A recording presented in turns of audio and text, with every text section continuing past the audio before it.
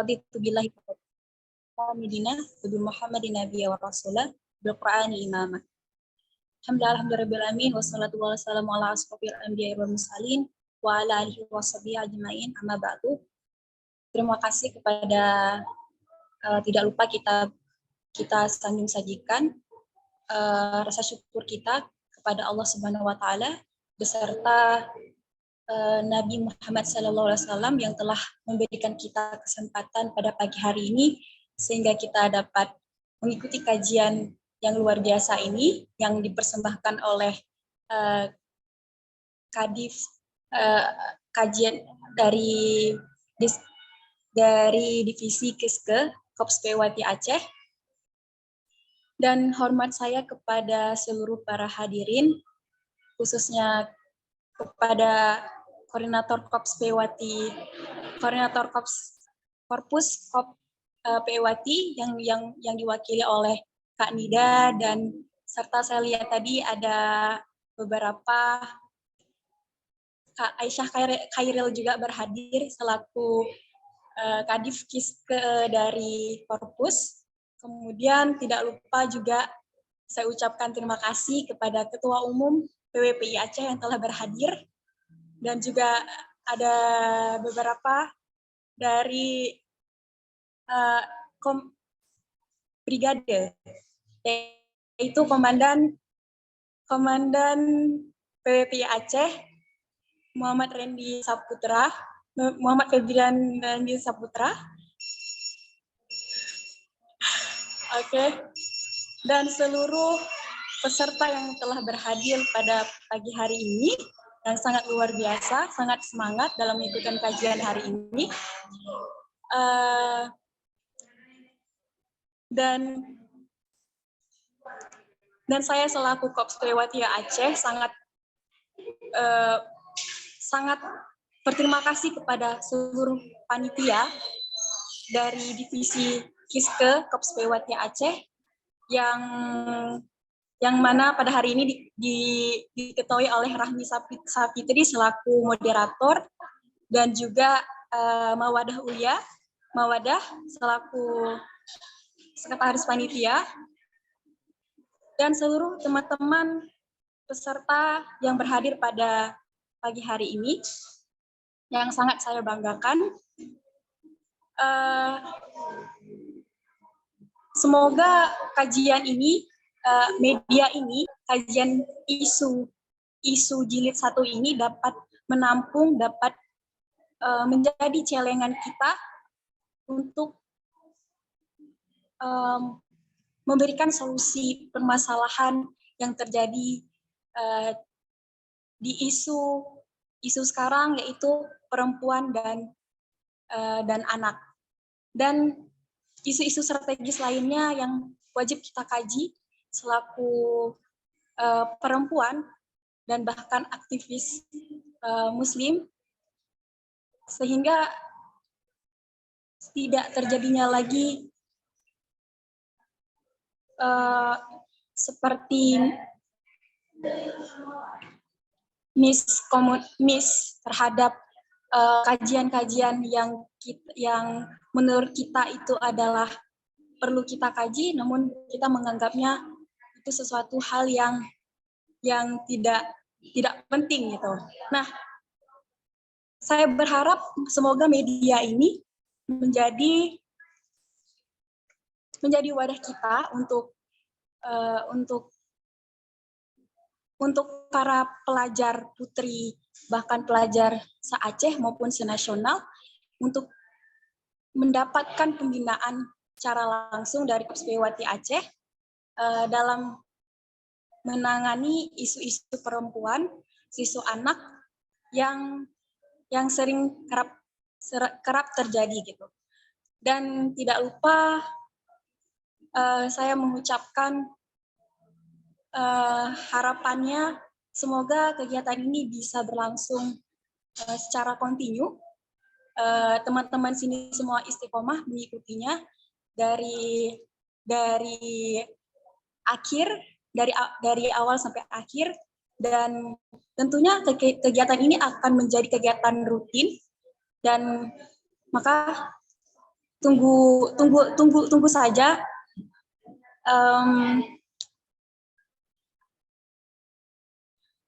Beberapa sub-sub tema yang menarik lainnya gitu. Dan tidak lupa saya ucapkan terima kasih kepada Kak Zakia Darajat selaku koordinator pusat Forum Perempuan BEM tahun 2021 yang sudah mewakilkan, yang sudah bersedia untuk mengisi materi pada pagi hari ini. Semoga nanti akan berkelanjutan lagi gitu ya Kak.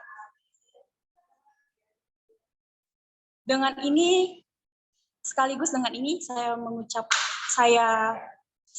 membuka kegiatan kajian isu jilid 1.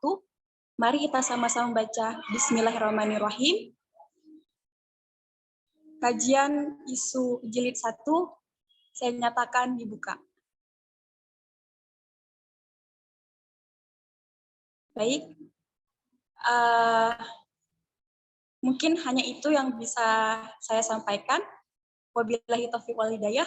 Wassalamualaikum warahmatullahi wabarakatuh. Waalaikumsalam warahmatullahi wabarakatuh. Baik, terima kasih kepada Yunda Husnul Amalia Solehah yang telah membuka acara kita pada pagi hari ini. Langsung saja teman-teman, kita akan memasuki acara utama kita pada hari ini, yaitu kajian bersama Kak Zakia Darajat. Kak Zakia sudah bergabung bersama kita. Sudah teman-teman, maaf lagi di perjalanan, tapi diusahakan. Oke, silakan. Baik, terima kasih Kak Kia. Terima kasih telah menyempatkan waktunya di tengah-tengah kesibukan Munas ya Kak. Langsung saja kita serahkan kepada Kak Zakia untuk memaparkan materi pada hari ini. Silakan. Oke, baik, terima kasih. Sebelumnya make-sure dulu apakah suaranya cukup jelas karena sedang di perjalanan juga. Jelas Kak, jelas. Oke, baik. Bismillahirrahmanirrahim. Oke, belum terdengar jawaban salam sepertinya. Boleh diulangi ya. Dan semoga yang menjawab salam dipenuhi hatinya dengan kebahagiaan, dihilangkan segala duka dan laranya, dan semoga Allah memberikan rezeki dari arah yang tidak disangka-sangka. Assalamualaikum warahmatullahi wabarakatuh. Waalaikumsalam warahmatullahi wabarakatuh. Memang layaknya tabiat manusia seperti itu ya, butuh pressure, butuh tekanan dulu ya untuk bisa semangat untuk mau mengambil sesuatu seperti itu. Oke, baik. Bismillahirrahmanirrahim. Alhamdulillah nahmaduhu wa nasta'inuhu wa nastaghfiruh wa na'udzu billahi min syururi anfusina wa min sayyiati a'malina may yahdihillahu fala mudilla lahu wa may yudlilhu fala hadiya lahu. Asyhadu an la ilaha illallah wa asyhadu anna Muhammadan abduhu wa rasuluh la nabiyya ba'dahu.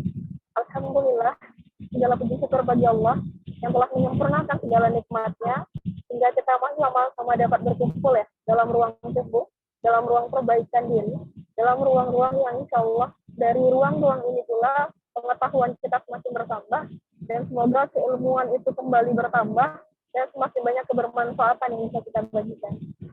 Dan alhamdulillah untuk mengingatkan kita kembali bahwasanya mungkin boleh jadi kemarin malam mungkin ketika kita tertidur dan terlelap, bersamaan dengan kita terlelap juga ada hamba-hamba Allah lain yang terlelap. Tapi Allah bangunkan kita sampai hari ini kita bisa stay tune di depan monitor kita masing-masing. Yang artinya ya ketika Allah menahan ruh hamba-hamba Allah yang lain, terus kita kembali Allah berikan kepada jasad kita. Yang dalam artian di sana ada renungan dan refleksi paling awal untuk diri kita bahwasanya masih ada kesempatan untuk berbenah dan memperbaiki diri. Masih ada space dan waktu untuk kemudian memperbaiki pemahaman-pemahaman kita yang mungkin masih cacat, termasuk tentang pemahaman kita terhadap pemaknaan Al-Quran sendiri.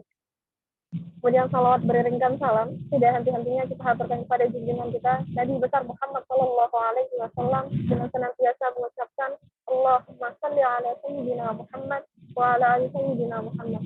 Semoga telah kita mendapatkan syafaatnya di akhir nanti, dan semoga kita tidak tergolong ke dalam umat beliau yang menyelisih sunnah beliau. Mohon maaf sebenarnya teman-teman, harusnya ada PPT ya, agar lebih clear seperti itu pembahasannya. Tapi semoga ini tidak mengurangi apa yang nantinya akan jadi substansi dari penyampaian saya, karena ada hal yang di luar prediksi saya untuk kepulangan sendiri. Mungkin di tengah keterbatasan ini mungkin Allah ingin menguji ingatan saya juga mungkin ya teman-teman. Dan semoga kalaupun nanti ada yang keliru, ada yang kiranya kurang, semoga Allah yang mencukupkannya dan teman-teman akan mendapatkan pengetahuan yang jauh lebih baik mungkin di luar dari forum ini. Oke, baik teman-teman, berbicara ya tentang Al-Quran sendiri dan bagaimana Al-Quran berbicara tentang perempuan. Tentunya ini luar biasa teman-teman. Kalau teman-teman melihat saja secara gamblang ayat-ayat Al-Quran, bahkan surah-surah di Al-Quran, Allah menetapkan satu surah bernama An-Nisa seperti itu. Namun tidak didapati Ar-Rijal. Walaupun memang nanti ada kisah Imran seperti itu, ada kisah Musa, ada Quran surah Muhammad dan lain sebagainya. Tapi memang ada satu surah untuk berbicara soal An-Nisa. Sebegitunya Al-Quran memuliakan perempuan seperti itu. Bahkan kalau kita mau berbicara tentang bagaimana agama ini datang, yang semula ketika Islam belum berjaya, bahkan Islam belum diterima, bagaimana kemudian masyarakat jahiliyah memperlakukan seorang perempuan yang bahkan tidak ternilai ya. Ini sebelum feminist rising seperti itu, bahkan dikatakan bahwasanya ya akan ada satu kemaluan bagi orang tua, bahkan dikatakan kalaulah ayahnya adalah seorang pemimpin kaum, kalau dia memiliki anak perempuan, maka itu adalah aib, kehinaan, dan satu musibah untuk ayah tersebut seperti itu.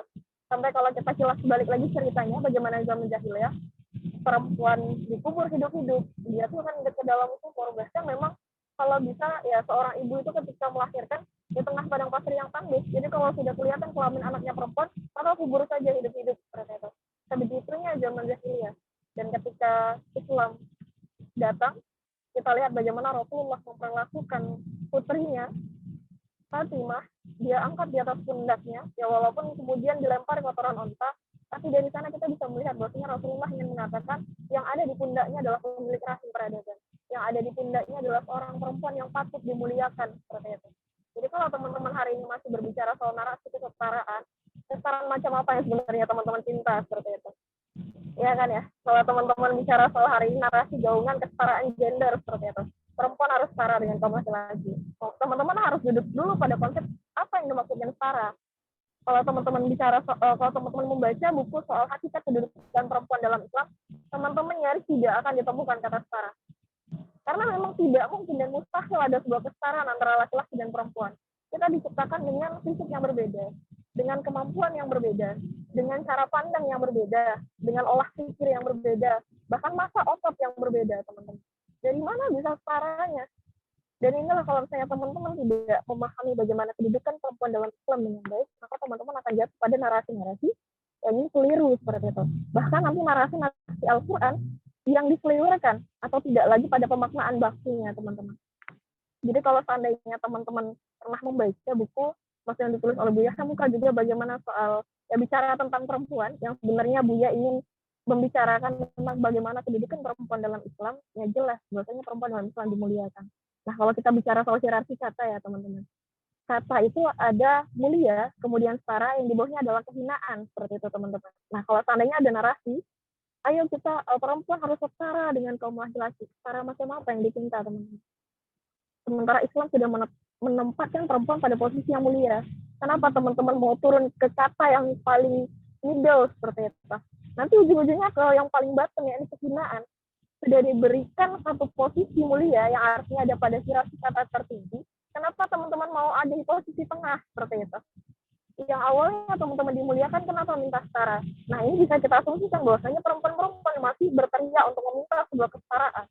Meminta ya adanya keterlibatan yang sama ya katanya. Nah, hal ini artinya menandakan dan mengindikasikan bahwasanya perempuan itu tidak paham bagaimana kedudukan perempuan dalam Islam. Kalau nanti ada narasi bahwasanya ya muslimah itu bisa kok jadi feminis seperti itu. Feminis itu adalah cabang pemikiran yang dibawa oleh liberalisme, teman-teman. Pemikiran barat, pemikiran sekuler yang kemudian masuk, dan ini ada di antara kita hari ini. Yang mengatakan bahwasanya ya perempuan itu terdiskriminasi. Perempuan itu tidak mendapatkan hak-haknya. Adanya dominasi patriarki yang membuat perempuan terhinakan dan dipukul mundur, bahkan dikembalikan ke ranah-ranah domestik. Nah, ini harus kita kaji secara mendetail. Apakah yang salah adalah Al-Qur'annya, sifat suci yang mendiktekan hal demikian hingga manusianya harus taat untuk melaksanakan hal tersebut, ataukah ada interpretasi yang keliru dari manusianya? Teman-teman harus tegas. Karena agama Islam adalah agama berpikir ya teman-teman. Makanya ayat pertama yang turun di dalam Al-Quran itu tidak bicara soal sholat, zakat, haji, puasa, dan lain sebagainya. Teman-teman ingat ayat pertama yang turun di dalam Al-Quran adalah Iqra. Artinya bacalah teman-teman. Ada sebuah pemaksaan dalam agama ini untuk teman-teman memaksimalkan kinerja otak teman-teman. Jadi harus ada pemaknaan, harus ada pemahaman seperti itu. Karena ini adalah agama berpikir. Teman-teman diminta memaksimalkan kinerja otak. Apakah benar agama ini menginginkan perempuan terhina, menginginkan perempuan terzalimi? Apakah benar agama ini hanya menginginkan perempuan-perempuan hanya menjadi budak seks sebagai kaum laki-laki? Kalaulah iya demikian, lantas kenapa dalam sejarah diceritakan ada perempuan yang kemudian berdiri di depan Rasulullah untuk menjadi tameng hidupnya Rasulullah? Ada perempuan yang kemudian dikatakan menghafalkan banyak hadis dan kemudian mengajarkan di depan para sahabat. Dan itu tidak hanya di depan perempuan saja seperti itu. Kalaulah agama ini penuh dengan kecurangan terhadap kaum perempuan atau kaum perempuan terdiskriminasi, tidak akan pernah teman-teman dengar sejarah ada pengusaha perempuan yang berjaya seperti itu. Nah ini yang harus kemudian kita pahami. Jadi kenapa kemudian narasi hari ini mengatakan bahwasanya sumber dari dominasi patriarki, dominasi laki-laki atas kaum perempuan, itu berasal dari Al-Quran. Nah, dari buku yang saya baca, perihal bagaimana feminis menerjemahkan patriarki sendiri, patriarki itu adalah kata yang dibuat oleh kaum feminis, teman-teman. Tadi tidak tahu ya, bahwasanya kaum feminis itu adalah salah satu cabang turunan dari pemikiran kebarat-baratan, ya. Pikiran western atau liberal yang artinya kebebasan, bahkan mereka menginginkan sebuah kebebasan yang tidak lagi terikat pada Tuhan, teman-teman. Jadi di dalam pemikiran feminisme itu yang mereka tuntut adalah sebuah hak kesetaraan yang ingin benar-benar menyeimbangkan laki-laki dan perempuan. Ya artinya kalau seandainya laki-laki itu mengangkat beban 50 kg, perempuan juga harus mengangkat beban yang sama. Kan konsep kesetaraan seperti itu ya.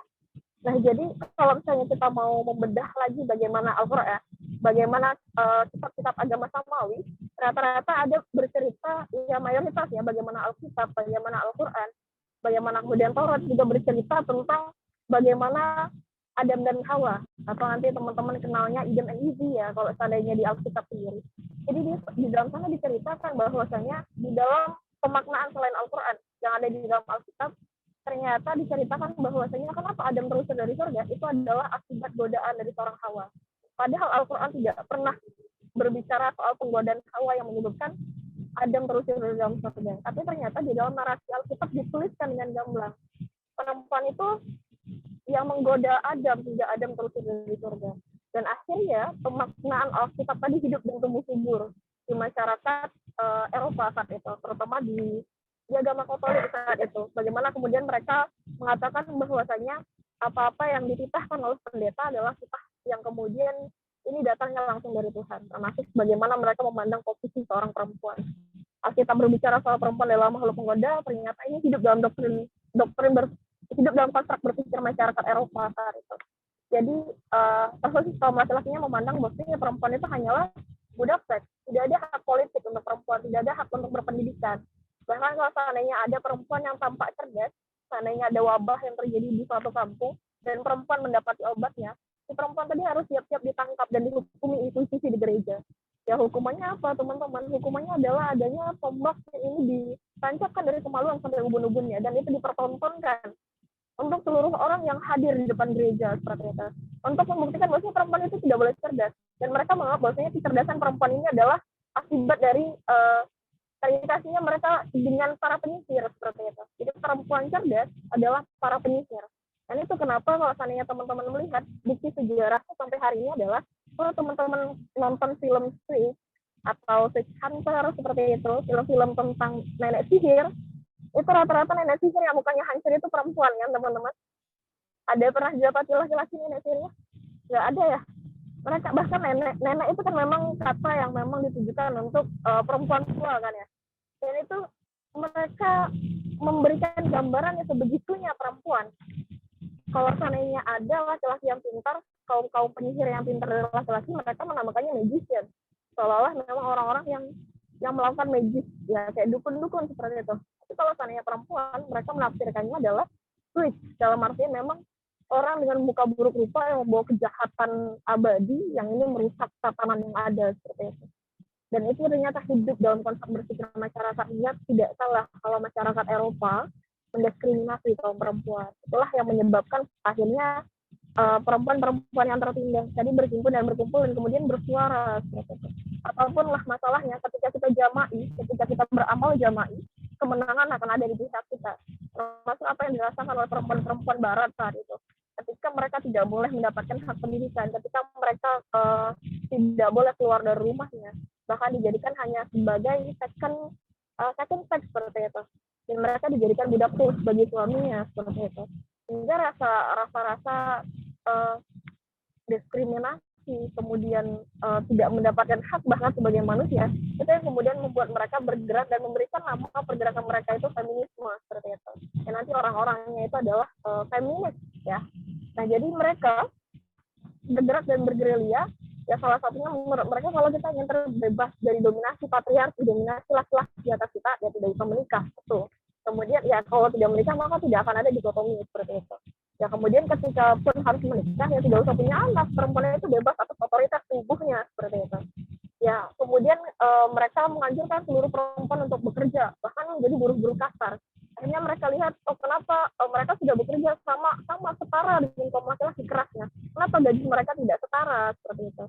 Jadi masih ada perbedaan gender yang laki-laki gajinya akan jauh lebih besar daripada perempuan. Akhirnya mereka melakukan gerakan lagi, membangun movement lagi. Sampai akhirnya kita peringati sebagai International Women Day. Kalau teman-teman belum tahu International Women Day, ya bisa nggak sejarah feminisme bangkit meminta kesetaraan upah bagi diri perempuan. Ya, kalau teman-teman masih merayakannya, artinya teman-teman masih memandang bahwa perjuangan mereka sahih. Perjuangan mereka patut untuk dihargai seperti itu. International Women Day lahirnya dari sana. Kemudian mereka berhasil menyetarakan upah laki-laki dan perempuan. Mereka menganggap itu adalah keberhasilan mereka. Tapi yang terjadi apa? Ketimpangan keluarga semakin menjadi-jadi. Anak-anak broken home semakin banyak. Anak-anak kehilangan ibunya semakin banyak. Perempuan-perempuan yang gila dengan karirnya semakin banyak. Dan bahkan perempuan didoktrin oleh mereka, ya sebagai perempuan, jauh lebih baik kalian itu menjadi pelacur daripada menjadi seorang istri yang dibebaskan dengan mahar suaminya. Seperti itu narasi mereka. Kalau kalian menjadi pelacur, kalian bisa punya harga atas diri kalian. Kalau kalian jadi istri, itu hanya dibayar sekali oleh mahar dari suami kalian, seperti itu. Dan kalian selamanya menjadi budak mereka. Kalau teman-teman tidak benar-benar menggunakan iman dalam berpikir, teman-teman akan terjerumus dalam narasi seperti ini. Atau mereka nanti akan menyuruh seluruh perempuan bekerja dengan narasi menakuti. Mereka mengatakan bahwasanya kalau kamu tidak bekerja nanti kamu akan dihinakan dengan nafkah suamimu. Nanti suamimu akan semena-mena dengan dirimu. Dan yang membuat perempuan pada akhirnya takut untuk kemudian tidak bekerja, takut untuk kemudian menjadi full housewife di rumahnya, takut untuk kemudian menjadi seorang perempuan yang taat pada suaminya. Dan akhirnya ya perempuan-perempuan berlomba-lomba untuk keluar bahkan untuk menyaingi nafkah suami. Dan yang terjadi adalah laki-laki tahu bagaimana harga dirinya dicederai. Dan akhirnya tidak ada penghormatan untuk kaum perempuan. Itu logis, teman-teman. Makanya kalau kita ingin mengembalikan tatanan keluarga yang sehat, tatanan keluarga yang baik, kita kembali bagaimana Al-Quran mengatur tatanan keluarga. Bagaimana Imran mengatur keluarganya, bagaimana kemudian Ibrahim mengatur keluarganya. Semuanya duduk pada porsinya masing-masing. Memutuskan untuk menikah artinya harus ada distribusi amanah yang jelas, teman-teman. Dan kalaulah semua perempuan berpikir bahwasanya harus bekerja untuk menyaingi nafkah suaminya, ya kita akan melihat timpangan, perceraian akan semakin banyak ke depannya.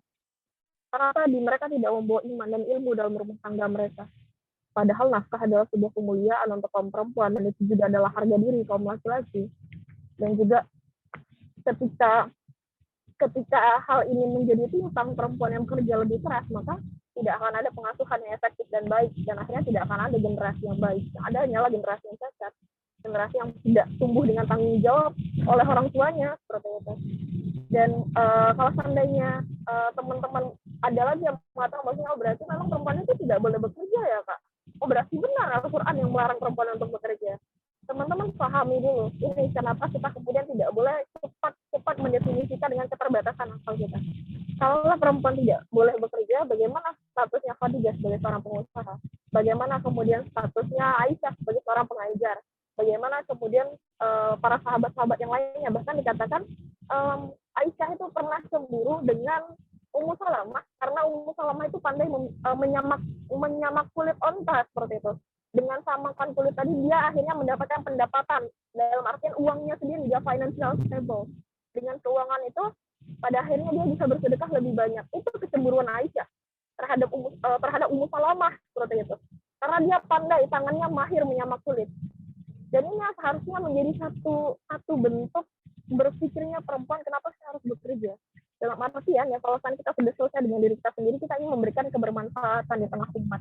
Kita ingin mengambil bagian di tengah umat, memberikan keilmuan kita untuk umat seperti itu. Dan kalaulah kita dapat penghasilan yang banyak dari apa yang kita kerjakan, lagi-lagi teman-teman ingat bahwasanya Rasulullah pernah memesankan bahwasanya nanti di neraka itu penghuninya mayoritas adalah kaum perempuan. Itu kenapa kemudian perempuan dianjurkan untuk lebih banyak bersedekah. Harusnya konsep berpikir yang benar adalah perempuan bekerja bukan untuk menyaingi nafkah suaminya. Akan tetapi seharusnya perempuan bekerja agar dia financial stable, agar dia punya banyak uang atas dirinya, yang kuasanya penuh atas dirinya, yang semoga dengan banyaknya keuangannya tadi dia bisa lebih banyak bersedekah, ya lebih banyak untuk bisa membantu umat ini. Jadi pikirannya clear teman-teman. Tidak ada pikiran yang harus saling menjatuhkan. Karena laki-laki dan perempuan itu adalah partner juang. Bukan orang-orang yang harusnya ada relasi rivalitas di sana. Harus ada permusuhan, harus ada saling menjatuhkan mana yang lebih baik. Dan nanti kita akan masuk dan berbicara soal Quran Surah An-Nisa yang tadi sudah disebut. Quran Surah An-Nisa ayat 34. Berbicara tentang ar-rijalu qawwamuna 'alan nisa. Ada kata kawam di sana. Ya kawam tidak bisa dipungkiri, artinya adalah pemimpin. Muncul nanti pertanyaan, memang karena Al-Quran yang bilang bahwasanya laki-laki adalah pemimpin untuk kaum perempuan, jadi wajar kalau seandainya laki-laki semena-mena terhadap perempuan seperti itu. Dan dominasi patriarki itu adalah hal yang buruk untuk perempuan, artinya perempuan tidak mendapatkan haknya, sampai nanti harus ada, kalau saya di HI, harus ada hukum perang yang dibahas dari sudut pandang perempuan, tapi ternyata tidak efektif. Katanya kalau kita memikirkan sudut pandang, artinya strategi konflik peperangan dengan sudut pandang perempuan, maka akan lebih banyak kedamaian yang didapatkan. Karena menurut mereka, perempuan itu cenderung membawa perdamaian, membawa ketenangan. Tapi ternyata tidak pas. Tidak pas, teman-teman. Karena buktinya di lapangan, ternyata sniper Yahudi, snipernya Israel itu mayoritas adalah kaum perempuan. Jadi di mana letak strategi perang yang bisa dipandang dari sudut pandang perempuan? Tidak ada. Sama, perempuan juga sama jahatnya. Perempuan juga punya, ya, dibilang perempuan itu cenderung takut akan darah. Jadi akan lebih mudah mencapai perdamaian dengan memakai sudut pandang perempuan. Buktinya kita lihat sniper Yahudi itu para perempuan yang beringas-beringas semua seperti itu. Nah, jadi ketika ada ayat ar-rijalu qawwamuna 'alan nisa, seharusnya kita kembali lagi dengan konsep berpikir yang benar, teman-teman. Apa maksudnya? Kenapa kemudian ar-rijalu qawwamuna 'alan nisa? Dan apakah konsep ini bisa dimasukkan dalam setiap lini? Jadi kalau kita lihat dan kita bedah lagi, ternyata ar-rijalu qawwamuna 'alan nisa itu berbicara tentang relasi keluarga ya. Kita berbicara tentang keluarga.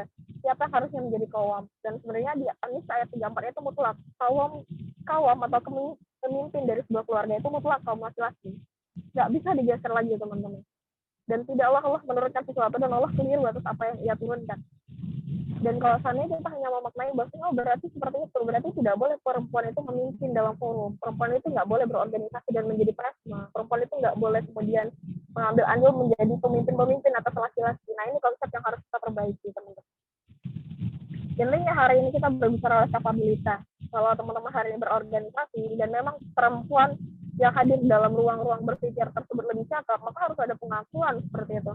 Agar tadi organisasi kita berjalan dengan baik, kita berbicara soal capability, kemampuan ya. Tapi kalau misalnya dalam keluarga, sekalipun dipandang rijalnya lemah, dia adalah tetap kawam bagi kaum perempuan. Nah, kalau misalnya kita hanya memahami bahwasanya kepemimpinan kaum laki-laki atas perempuan ini adalah dikotomi, dan ini membuat perempuan terhinakan, dan ini juga membuat perempuan pada akhirnya tidak mendapatkan otoritas penuh atas dirinya, maka kita harus pelan-pelan memahaminya, teman-teman. Bukankah ketika kita berbicara soal pemimpin, harusnya mengindikasikan hal yang baik-baik kan ya?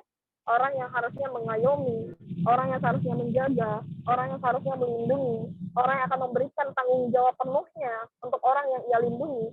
Nah, seharusnya sebenarnya tidak ada masalah untuk kepemimpinan di dalam rumah tangga itu diletakkan kepada kaum laki-laki seperti itu. Dan itu sebenarnya bentuk dari distribusi amanah. Bahkan Rasulullah saja memesankan, kalaulah kita berjalan berdua dengan sahabat kita, maka salah satunya harus menjadi pemimpin, apalagi soal rumah tangga. Kalau tidak ada yang menjadi pemimpin, kemana arahnya? harus ada yang meliding kan ya. Bahkan kapal butuh nakodanya, bahkan kita tahu bahwasanya mobil butuh drivernya. Tiap apa-apa di dunia ini kita butuh kepemimpinan seperti itu. Dan ketika kepemimpinan diletakkan pada kaum laki-laki itu sebenarnya soal tanggung jawab, bukan soal kemudian dengan kepemimpinan yang ia miliki ia bisa semena-mena terhadap kaum perempuan. Namun hari ini yang kita sayangkan adalah narasi yang sampai di kisah hari ini teman-teman, seolah-olah ar-rijalu qawwamuna 'alan nisa itu adalah ayat Al-Qur'an yang berbicara soal dominasi patriarki yang pada akhirnya membuat perempuan tidak mendapatkan kebebasannya. Perempuan akhirnya tertindas. Perempuan akhirnya tidak memiliki otoritas penuh atas dirinya. Dan ini akhirnya kita bisa melihat teman-teman bahwasanya Al-Quran itu tidak pernah salah dan tidak pernah keliru. Karena janji Allah yang akan kemudian menjaganya hingga akhir zaman. Tapi kenapa kemudian narasinya hari ini dipeributkan soal kepemimpinan, kesetaraan, soal penghinaan, soal diskriminasi terhadap perempuan? Karena ada narasi yang dibuat dia. Narasi yang seolah-olah menjadi seorang muslimah adalah ya bentuk di mana kemudian ada ketimpangan yang terjadi antara laki-laki dan perempuan. Perempuan tidak bebas seperti kaum laki-laki, seperti itu. Bahkan perempuan dikatakan fitnah kalau keluar dari rumahnya. Narasi-narasi yang kalau kita tidak masuk ke dalam akar permasalahan, kita akan terikut arus. Kita seolah-olah akan membenarkan, iya memang sulit perempuan hari ini seperti itu. Memang nggak ada space untuk perempuan. Memang perempuan nggak dinilai, nggak dihargai keberadaannya. Memang perempuan itu hanya kalau seandainya di forum cuma disuruh jadi sekretaris aja, suruh nyatat-nyatat notulensi dan sebagainya. Perempuan diletakkan di tempat-tempat yang katanya perempuan itu nggak boleh ikut dengan strategi lapangan karena perempuan itu lemah dan lain sebagainya. Akhirnya perempuan merasa dikucilkan, tidak dilibatkan dalam pergerakan dan lain sebagainya. Nah, padahal konsep awalnya adalah semua clear, teman-teman. Semua sudah clear pembahasannya. Semua sudah benar bahasannya. Tapi pada perjalanannya, ada orang-orang yang kemudian menafsirkan ulang Al-Quran dengan nafsu mereka. Dan akhirnya terciptalah narasi dominasi patriarki atas perempuan itu hal yang buruk, hal yang bersumber dari Al-Quran. Kalau kita tidak hati-hati dan kita membenarkan kalimat dan narasi ini, artinya teman-teman sepakat bahwasanya dominasi patriarki atas perempuan tadi membuat perempuan pada akhirnya jatuh pada lubang-lubang kesengsaraan yang membuat teman-teman perempuan itu dihinakan. Yang artinya kalau teman-teman sepakat dengan narasi dominasi patriarki, artinya teman-teman juga sepakat Al-Quran itu salah, Al-Quran itu keliru. Dan kalau kita lanjut lagi pada yang paling fatalnya adalah artinya Allah sudah salah menurunkan firman-Nya. Iya nggak teman-teman? Berani teman-teman seperti itu. Berani mengatakan Al-Quran salah. Nah, tapi kalau kita mengatakan tafsirnya yang keliru, maka ini benar teman-teman. Ada penafsiran Al-Quran yang tidak sesuai. Yang harus kita benahi ulang. Dalam artian pemikiran-pemikiran yang tersebar di tengah masyarakat hari ini tidaklah benar teman-teman. Perihal bagaimana hari ini perempuan dianggap kalaulah keluar dari rumahnya, maka ini akan menjadi sebuah hikmah di tengah umat seperti itu. Padahal kalau kita lihat hikmah yang bagaimana, apa yang kemudian membuat perempuan itu jatuh ke dalam fitnah. Karena memang hakikatnya perempuan itu, kalau dia hakikat perempuan lahir dan perempuan menjadi orang perempuan seutuhnya, hakikatnya perempuan itu hanya menjadi dua, teman-teman. Kalau dia tidak menjadi fitnah, kalau dia tidak menjadi seburuk-buruk fitnah, maka yang satu lagi adalah dia menjadi sebaik-baik perhiasan dunia. Dan itu pilihan untuk perempuan. Perempuan mau dijadikan seburuk-buruk fitnah, atau perempuan mau dijadikan sebaik-baik perhiasan dunia. Ini balik lagi ke teman-teman perempuan.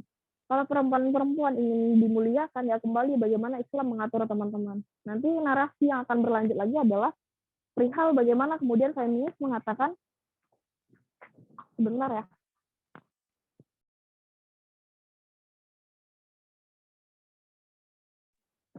bagaimana kemudian kita dapati narasi feminis mengatakan, ya ketika ayat-ayat tersebut membuat perempuan-perempuan itu terhinakan, membuat perempuan-perempuan pada akhirnya tidak mendapatkan hak penuh atas dirinya, kita lihat bagaimana kemudian feminis menarasikan ulang soal kebebasan perempuan.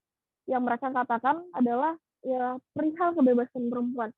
Perempuan itu bebas atas dirinya. Perempuan itu punya otoritas penuh atas dirinya. Yang artinya kalau teman-teman perempuan, maaf ya, mau telanjang keluar dari rumahnya, mau telanjang keluar dari kosannya, itu adalah hak atas tubuh perempuan. Itu hak penuh atas tubuh perempuan. Artinya ayat-ayat yang berkenaan tentang penutupan aurat adalah ayat-ayat yang kemudian membuat perempuan itu harus menutup dirinya, harus kemudian terbungkus, harus kemudian jauh dari mata-mata orang-orang seperti itu. Yang perempuan itu ya cukup diam saja di rumahnya. Itu kenapa kemudian narasi tandingan kaum feminis mengatakan ya perempuan itu bebas atas tubuhnya. Makanya ada my body is my choice, my body is my authority. Yang maksud mereka adalah ya kalau perempuan mau telanjang keluar dari rumahnya, itu hak dia seperti itu. Itu kebebasan dia sebagai seorang perempuan atas otoritas tubuhnya. Dan kalau seandainya perempuan tadi dilecehkan atau diperkosa di tengah jalan, itu bukan salah perempuan. Itu mutlak salahnya kaum laki-laki yang otaknya mesum. Begitu gamblangnya mereka mengatakan. Padahal kalau kita berbicara tentang fitrahnya manusia, ketelanjangan itu akan mampu menaikkan syahwat. Karena itu memang naturalnya manusia. Manusia butuh untuk kemudian memiliki hubungan biologis. Dan kalau seandainya ada pancingan seperti itu dan itu dikatakan itu haknya perempuan, maka ini narasi yang bodoh sebenarnya. Narasi yang tidak bisa diterima akal manusia. Dan itu lagi kalau teman-teman tidak hati-hati dengan narasi kebebasan yang mereka usungkan, yang menyudutkan ayat-ayat Al-Quran dan bahkan mereka mengatakan kita harus lebih banyak memperbanyak ulama perempuan, teman-teman. Untuk apa? Bukan untuk kemudian mengatakan perempuan harus cerdas agar dia bisa mendidik anak-anaknya dengan baik. Narasinya tidak lagi seperti itu, teman-teman. Perbanyak ulama perempuan agar nanti Al-Quran ditafsir ulangkan dengan sudut pandang perempuan. Perempuan itu manusia, teman-teman. Manusia itu penuh hilap, penuh salah, penuh kecacatan dalam berpikir. Sebaik-baik tafsir yang turun adalah wahyunya Allah. Apa yang sudah Allah jelaskan kepada kita. Kalau kita mau menafsir ulangkan Al-Quran, artinya kita menganggap bahwasanya apa yang sudah Allah turunkan adalah sebuah kesalahan dan perlu koreksi dan perbaikan. Ya hari ini kita gamblang saja mengatakan kita ini hamba atau kita Tuhannya. Kita mau diatur atau tidak. Kalau semua harus berjalan sesuai dengan kehendak kita, ya kita saja menjadi Tuhannya. Ini yang kadang harus kita perjelas dengan mereka. Harus kita perjelas dengan orang-orang yang memiliki narasi-narasi yang bahwasanya Al-Quran itu menyudutkan perempuan, Al-Quran itu mendiskriminasi perempuan, laki-laki boleh dapat 4, perempuan harus monogami. Teman-teman, walaupun dikatakan masna wa thulatsa wa ruba', walaupun dikatakan 4, tapi ditetapkan bahwasanya kalau engkau tidak mampu, maka cukupkan dengan apa Bapak-bapak? Cukupkan dengan 1 kan ya. Ayatnya seperti itu. Jadi jangan lebihkan yang masna wa thulatsa wa ruba', lanjutkan ke ayat berikutnya. Inilah akibat dari potongan-potongan ayat yang tidak sesuai tadi menciptakan satu konsep berpikir sebegitu jahatnya Islam dengan perempuan. Atau Islam tidak memperhatikan perasaan perempuan. Laki-lakinya saja baru berbicara dengan tetangganya saja mungkin sudah cemburu, apalagi diselingkuhi dengan 4 istri lainnya, seperti itu bahasanya ya kalau menurut mereka. Padahal konsekuensinya berat, teman-teman. 1 istri saja sudah sulit, apalagi 4 seperti itu. Bahkan Islam menegaskan yang 1 tadi. Bahkan Ali menikahi Fatimah dan dia hanya mencukupkan Fatimah 1 bukan karena dia tidak mampu. Bukan juga karena Fatimah itu anaknya Nabi. Tapi karena bentuk kesadaran beliau bahwasanya ketidakmampuan beliau. Bahkan beliau tidak sanggup untuk melukai hati Fatimah. Itu alasan dari Ali monogami seperti itu. Bahkan Rasulullah, kalau Khadijah masih hidup sampai akhir beliau wafat, Rasulullah itu tidak akan poligami seperti itu. Tapi apakah salah dari poligami sendiri? Tidak ada yang salah, teman-teman. Poligami menyelamatkan para perempuan-perempuan itu dari dilecehkannya mereka, digantungkan tanpa harapan. Kan tetap diberikan nafkah kan ya? Tetap diberikan hak yang sama. Bahkan kalau menginginkan poligami harus mampu adil. Nah, adil ini yang sulit untuk diberikan pada manusia. Karena sifat manusia itu nggak bisa sepenuhnya mendapatkan sifat Tuhan yang adil, yang tanpa diskriminasi wanita apalagi ya, kita akan cenderung mengedepankan perasaan-perasaan kita. Nah, jadi kalau seandainya teman-teman masih dengan narasi yang sama, kenapa kemudian perempuan hanya boleh monogami, kenapa laki-laki boleh poligami, bahkan nanti kalau kita bicara soal segi medisnya lagi, karena memang perempuan nggak mampu punya 4 suami, teman-teman, lelah tubuhnya, sakit fisiknya, dan apa yang sudah Allah atur memang sudah sebenar-benar dan sebaik-baik perintah seperti itu. Kan tidak diperintahkan kan untuk beristri 4, hanya saja memang dikatakan boleh seperti itu. Nah, jadi jangan dilebih-lebihkan narasinya. Jangan kemudian itu pula yang membuat ya perempuan sebegitu jahatnya Al-Quran dengan perempuan, memberikan pembolehan untuk poligami. Sementara ya perempuan tidak dipertimbangkan bagaimana perasaannya.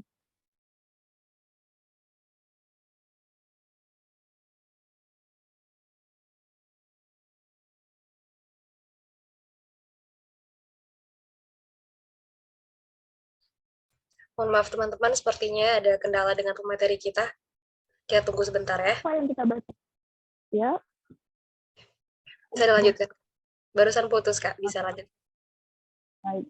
Nah, seperti itu teman-teman, mungkin boleh kita berdiskusi saja teman-teman agar lebih banyak lagi ya yang saya dapatkan juga dari teman-teman. Mungkin gambaran, pemahaman teman-teman juga. Bahkan saya yakin teman-teman yang duduk di dalam forum ini yang sedang dalam monitornya masing-masing, saya yakin teman-teman jauh lebih berilmu rasanya.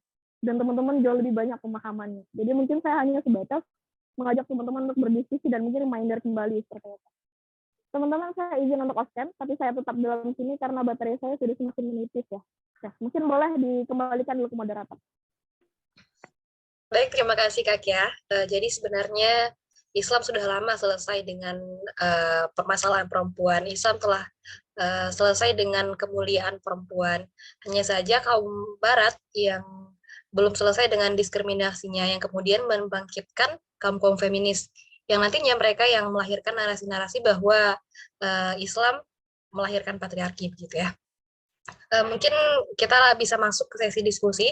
Kepada teman-teman yang ingin bertanya atau menyampaikan tanggapannya, dipersilakan untuk raise hand atau bisa juga melalui fitur chat pada Zoom.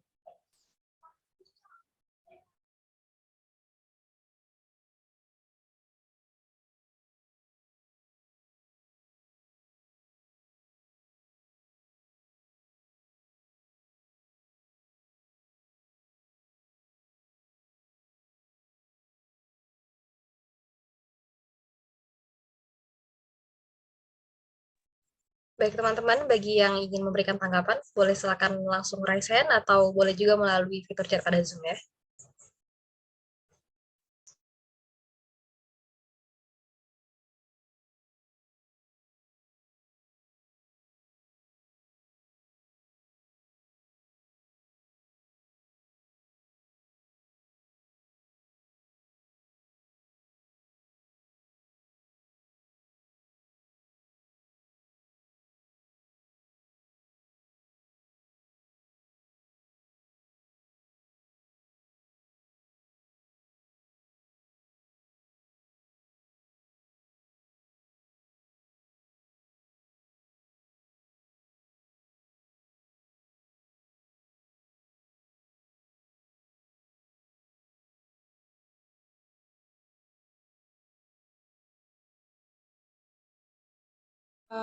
Baik, mungkin saya akan gimana? Kedengaran, Ami? Kedengaran Kak, silakan Bu Korwil. Ya. Sedikit menanggapi bahwa tadi disampaikan oleh Kak Zakia Tunisa, sebenarnya Islam tidak sudah lama kelar akan permasalahan di Al-Quran. Malahan Islam mengatur sedemikian rupa terhadap penyempurnaan kesempurnaan wanita, terus derajatnya wanita ditinggikan gitu. Nah, sekarang kemarin beberapa hari yang lalu saya mendapatkan satu postingan atau melihat dari snapnya teman pelajar putri di Aceh, bahwa sekarang tuh sering banget terjadinya bagaimana mereka isu-isu kajian seperti, kedengaran ya Ami ya? Kedengaran Kak? Iya, bagaimana isu-isu kajian seperti ini tuh sangat tidak lagi menjadi mungkin menjadi sebuah perdebatan untuk kita gitu, bahwa sedemikian kita diatur oleh Islam berarti kita akan dibatasi ruang geraknya gitu. Sebenarnya bukan lagi peraturannya sih, tapi bagaimana kita yang bisa mekanisme lebih ke sifatnya Al-Quran sudah mengatur seperti ini, tapi kita itu punya satu hal yang kita anggap bahwa ada hal-hal yang sedemikian Al-Quran yang telah mengatur gitu. Misalnya contohnya, kemarin saya telah mendapatkan satu postingan, ada satu perempuan, ada satu pasangan laki-laki dan perempuan. Pada saat itu laki-laki ini lebih mengutamakan bagaimana tidak mendahulukan seorang wanita. Jadi dia laki-laki ini tidak mengetahui, tidak belajar bagaimana seperti apa itu prinsip patriarki, seperti apa itu feminisme. Dia tidak belajar itu, tapi hanya satu yang beliau terapkan, yang beliau pahami, yaitu Al-Quran, Islam. Bahwa beliau sudah mengajarkan bahwa Al-Quran telah memuliakan manusia, memuliakan khususnya perempuan, sehingga ia rela untuk jalan kaki dan istri bahkan anak-anaknya menunggangi unta. Nah, dari situ sebenarnya kita tidak perlu lagi mencari pembenaran terhadap Al-Quran gitu. Nah, yang terkadang kita, Kak Kia masih ada nggak sih? Masih mendengarkan. Ya, terkadang kita tuh masih kayak salah. Kan ada beberapa nih Kak, beberapa dari kita yang menganggap bahwa narasi-narasi yang ditimbulkan itu langsung akan menjadi berbalik lagi kepada bahwa yang menjadi tumbangnya itu adalah Islam gitu. Nah, bagaimana sih Kak kita dalam menyikapi kajian-kajian ataupun isu-isu bahwa segala sesuatu yang terjadi di perempuan itu salahnya terhadap perempuan. Maka ketika ada salah satu problem masalah yang itu adalah subjeknya perempuan, maka mereka timpakan lagi gitu. Ini bukan salah perempuan, tapi salah salah misalnya tersangkanya gitu.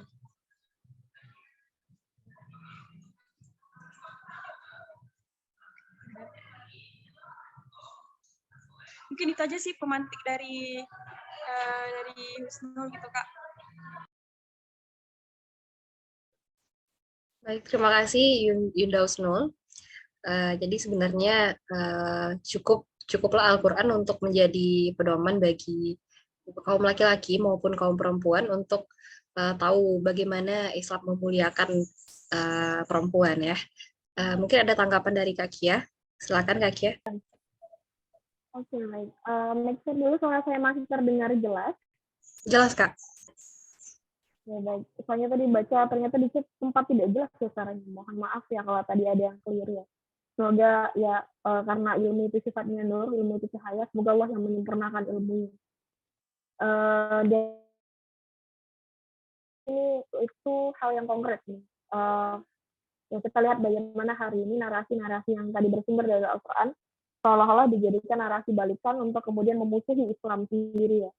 Bagaimana kemudian narasi-narasi yang ini sebenarnya bermakna baik, tapi kemudian dipelintir dan seolah-olah maknanya ini adalah ya ayat-ayat yang kemudian mendiskriminasi kaum perempuan seperti itu. Bahkan kalau kita mau berbicara soal bagaimana laki-laki memperlakukan perempuan dengan baik, itu semua sudah diatur dalam Islam sebenarnya. Bagaimana kemudian menempatkan perempuan itu di rumah, salah satunya adalah supaya perempuan itu tidak kelelahan, salah satunya. Ya aneh saja seperti itu, ketika perempuan ingin dijadikan ratu, tapi dia tidak mau seperti itu. Aneh saja seperti itu. Tapi ya lagi-lagi ya, semakin kemari, semakin ke sini, semakin saja sebenarnya. Karena kita makin melihat bagaimana kemudian Al-Quran semakin ditafsirkan ulang dan semakin ya seolah ya memang salah seperti itu. Memang harus ada banyak perbaikan seperti itu.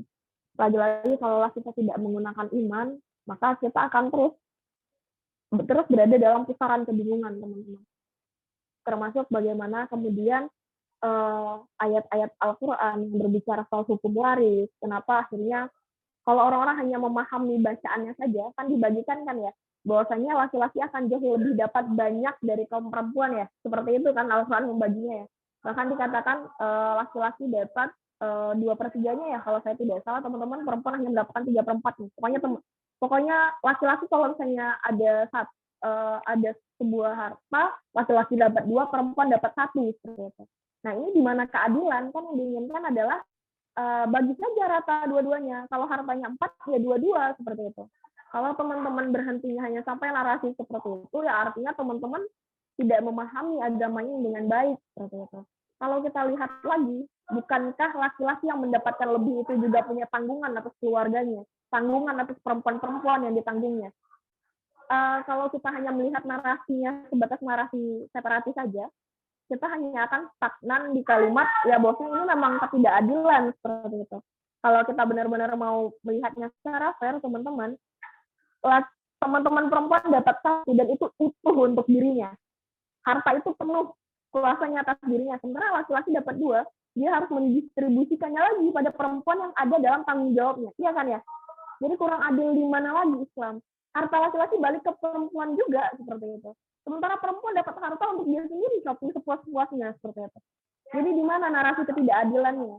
Tapi kalau hanya dibaca, oh ini nggak adil, harusnya pembagiannya adalah setengah-setengah seperti itu. Kalau ada 2 maka 1-1, kalau ada 4 maka 2-2. Ya artinya tidak adil teman-teman. Kalau seandainya ada 4, 2 laki-laki, 2 perempuan, perempuan dapat banyak. Laki-laki yang tidak dapat sama sekali, dia dapat 2 dan dia harus distribusikan lagi, dan sementara hak atas dirinya tidak ada seperti itu. Tapi lagi-lagi ya kalau seandainya kita cuma mau berbicara tentang narasi tekstual, ya semuanya akan dipelintir seperti itu teman-teman. Lantas bagaimana cara kita, tadi ya dikatakan, cara kita mengkontrol pemikiran-pemikiran seperti ini untuk mengatakan bahwasanya Islam itu sudah sahih, Islam itu sudah sempurna, bahkan dikatakan Allah sendiri yang menjamin, dan pada hari ini telah aku sempurnakan bagimu agamamu, seperti itu. Artinya Islam sudah disempurnakan dan tidak ada lagi keraguan sebenarnya teman-teman. Islam sudah jadi way of life, Islam sudah jadi ideologi, Islam sudah menjadi cara paling tepat untuk kita mengatur kehidupan, mengatur soal ganimah kita, mengatur soal tatanan sosial masyarakat kita, mengatur soal pemerintahan kita, bahkan bicara soal Islam.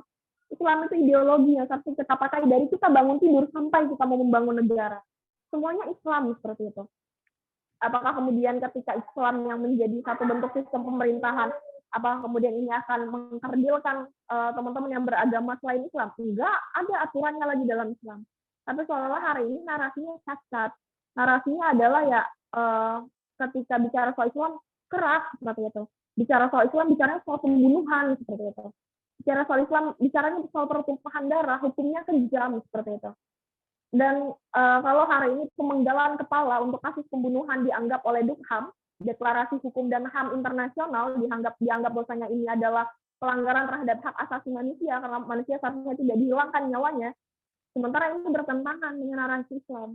Islam menyuruh penggal kepala yang darah tertumpah tanpa alasan yang sahih tadi. Iya kan ya, Islam bicara soal hal itu kan ya. Tapi di Dukham itu dikatakan itu melanggar HAM. Nah ini kan satu bentuk flash lagi kan ya. Artinya mereka ingin memberikan sebuah justifikasi atau menegasikan bahwasanya Islam itu agama pertumpahan darah. Begitunya mereka ingin menggambarkan Islam. Konsep jihad itu adanya di dalam Islam, dia di terorisme itu semua punya agama. Apa agamanya? Islam. Ya kan teman-teman? Alkitab nggak pernah bicara soal jihad. Yang bicara soal jihad itu Al-Quranul Karim. Jadi fix bahwasanya setiap teroris itu punya agama. Agamanya apa? Ya Islam, seperti itu. Ini sarkas teman-teman. Ini bentuk penyudutan terhadap Islam sendiri. Dan kalau teman-teman tidak mencerdaskan diri teman-teman, tidak memahamkan diri teman-teman dengan narasi Islam, memahamkan kembali dengan tafsir Al-Quran yang benar, maka teman-teman akan ya ikut dalam andil menghancurkan umat ini, menghancurkan agama ini. Artinya teman-teman, bagaimana cara kita ya? Ini ditanyakan pada cara ya. Cara paling tepat untuk kemudian mengkonter narasi-narasinya adalah lebih dulu mencerdaskan diri kita. Ibaratnya kalau seandainya kita gelas kosong, apa yang mau kita bagikan pada orang lain? Kita tahu salah, tapi tidak kita suarakan. Kita bungkam. Sementara konsekuensi keimanan adalah adanya sebuah sikap, adanya sebuah pernyataan sikap, di mana teman-teman berpihak. Kalau teman-teman mengatakan, ya itu sesuai tafsir dia lah, tapi tafsirnya tidak seperti itu. Tafsir yang benar tidak teman-teman sampaikan. Artinya teman-teman khidman, teman-teman menyembunyikan. Narasi yang benar itu harus disuarakan. Makanya di agama ini, dakwah itu adalah perihal bagaimana kemudian sederhana, balighu anni walau ayat, sampaikan walaupun hanya satu ayat. Dan tugas kita sebagai manusia semua sama. Ta'muruna bil ma'ruf wa tanhauna 'anil munkar. Sama ya, mengajak orang-orang menyuruh pada kebaikan dan mencegah pada hal yang mungkar seperti itu. Dan kalau seandainya kita masih menganggap bahwa Islam ini salah, agamanya sarkas, bicara soal pertumpahan darah seperti itu. Ya, kenapa hukum di dalam Islam itu berat? Ya kalau Allah bilang kan la in syakartum la azidannakum wa la in kafartum inna azabi lasyadid. Allah bilang kalau kamu syukur padaku, nikmatku banyak, aku tambah seperti itu. Tapi apa yang Allah katakan kalau seandainya kita tidak bersyukur, maka azab Allah amat pedih, sesuai dengan hukum Islam. Islam itu tidak pernah ringan memberikan hukuman agar manusia itu mampu memanusiakan manusia, agar manusia tidak semena-mena dengan orang lain, agar manusia itu tidak zalim pada manusia lainnya, agar manusia itu tidak seperti binatang. Itu kenapa kemudian hukum Islam itu jelas. Kenapa kemudian kalau ada hukum, kalau seandainya ada pernikahan yang sah, kemudian ada perselingkuhan, kenapa hukumannya harus bunuh? Kan ada beberapa hal yang menyebabkan. Ya. Mohon maaf. Kita bisa lanjutkan? Oke, silahkan saya lanjutkan. Oke. Nah, ketika kita berbicara ya soal pembunuhan dalam Islam, apa saja yang boleh membuatkan darah itu tertumpah? Yang pertama adalah ketika ada nyawa yang terbunuh tanpa alasan yang hak seperti itu. Yang kedua adalah ketika ada perselingkuhan. Perselingkuhan dalam artian di sini dikatakan bahwasanya ya seseorang itu sudah punya pasangannya kah, kemudian dia berselingkuh, artinya ada hal bersetubuh di sini. Nah, saya ingin pada hukum pembunuhan yang kedua ini yang ingin saya tegaskan teman-teman. Kenapa kemudian kalau hukuman untuk lajang kemudian dia berzina hanya kemudian dilempari didera ya 100 kali, dicambuk 100 kali. Tapi kenapa orang yang sudah bersuami dan beristri lantas kemudian ditebas kepalanya? Ini bentuk satu hukum Islam menjaga. Karena seharusnya rumah tangga tidak sebegitunya diremehkan. Karena ketika akad sudah terjadi, maka ada arti yang berguncang. Itu kenapa Allah halalkan darahnya. Agar apa? Agar tetap tercipta tatanan keluarga yang baik. Agar perempuan itu tadi tidak kemudian dizolimi. Dan kenapa hukuman Islam itu pedih? Kenapa hukuman Islam itu berat? Agar manusia lebih punya rasa takut dalam dadanya. Kalau hukum-hukum diringankan, kita lihat hari ini bagaimana kemudian ya korupsinya berapa, kalau misalnya kita lihat di Arab korupsi potong tangan, di Indonesia malah potong masa tahanan ya. Dan itu yang akan terjadi terus teman-teman kalau seandainya masyarakat memahami hukum Islam itu keras.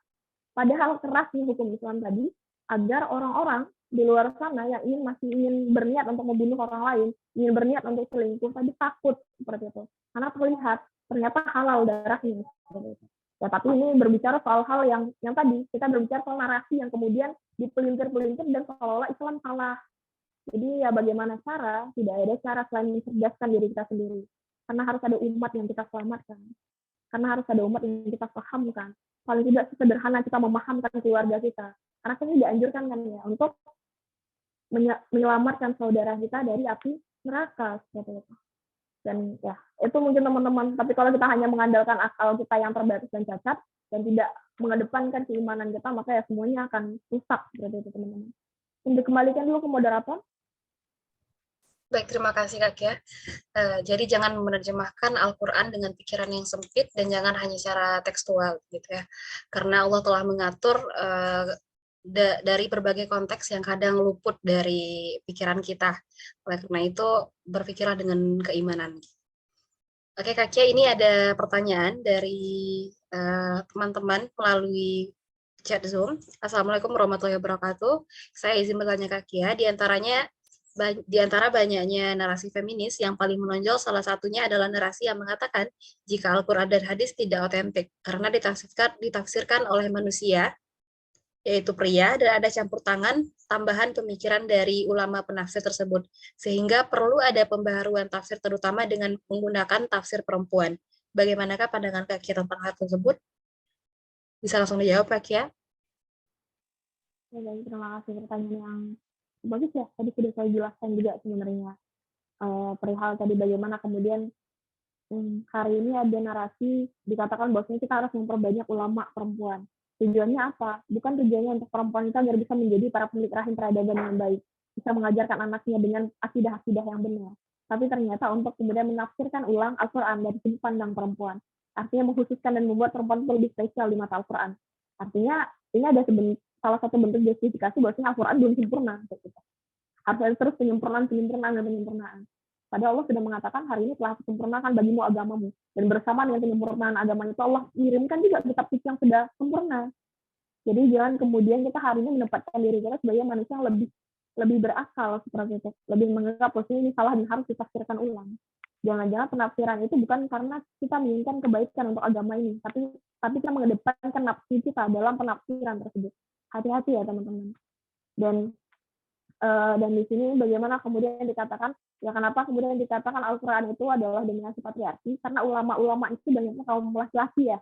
Jadi dikatakan penafsiran itu ya sekaligus membawa keinginan laki-laki atas perempuan. Makanya sedikit-sedikit mubalik itu menurut kaum yang mengatakan penyimpangan, ya yang mengatakan bahwa Al-Quran ini melahirkan dominasi patriarki, karena menurut mereka, sepengamatan mereka, maksudnya banyak mubalik itu sedikit-sedikit bilang perempuan tidak boleh keluar rumahnya, perempuan harus taat aja sama suaminya, harus ikhlas, harus ridho dikasih suaminya.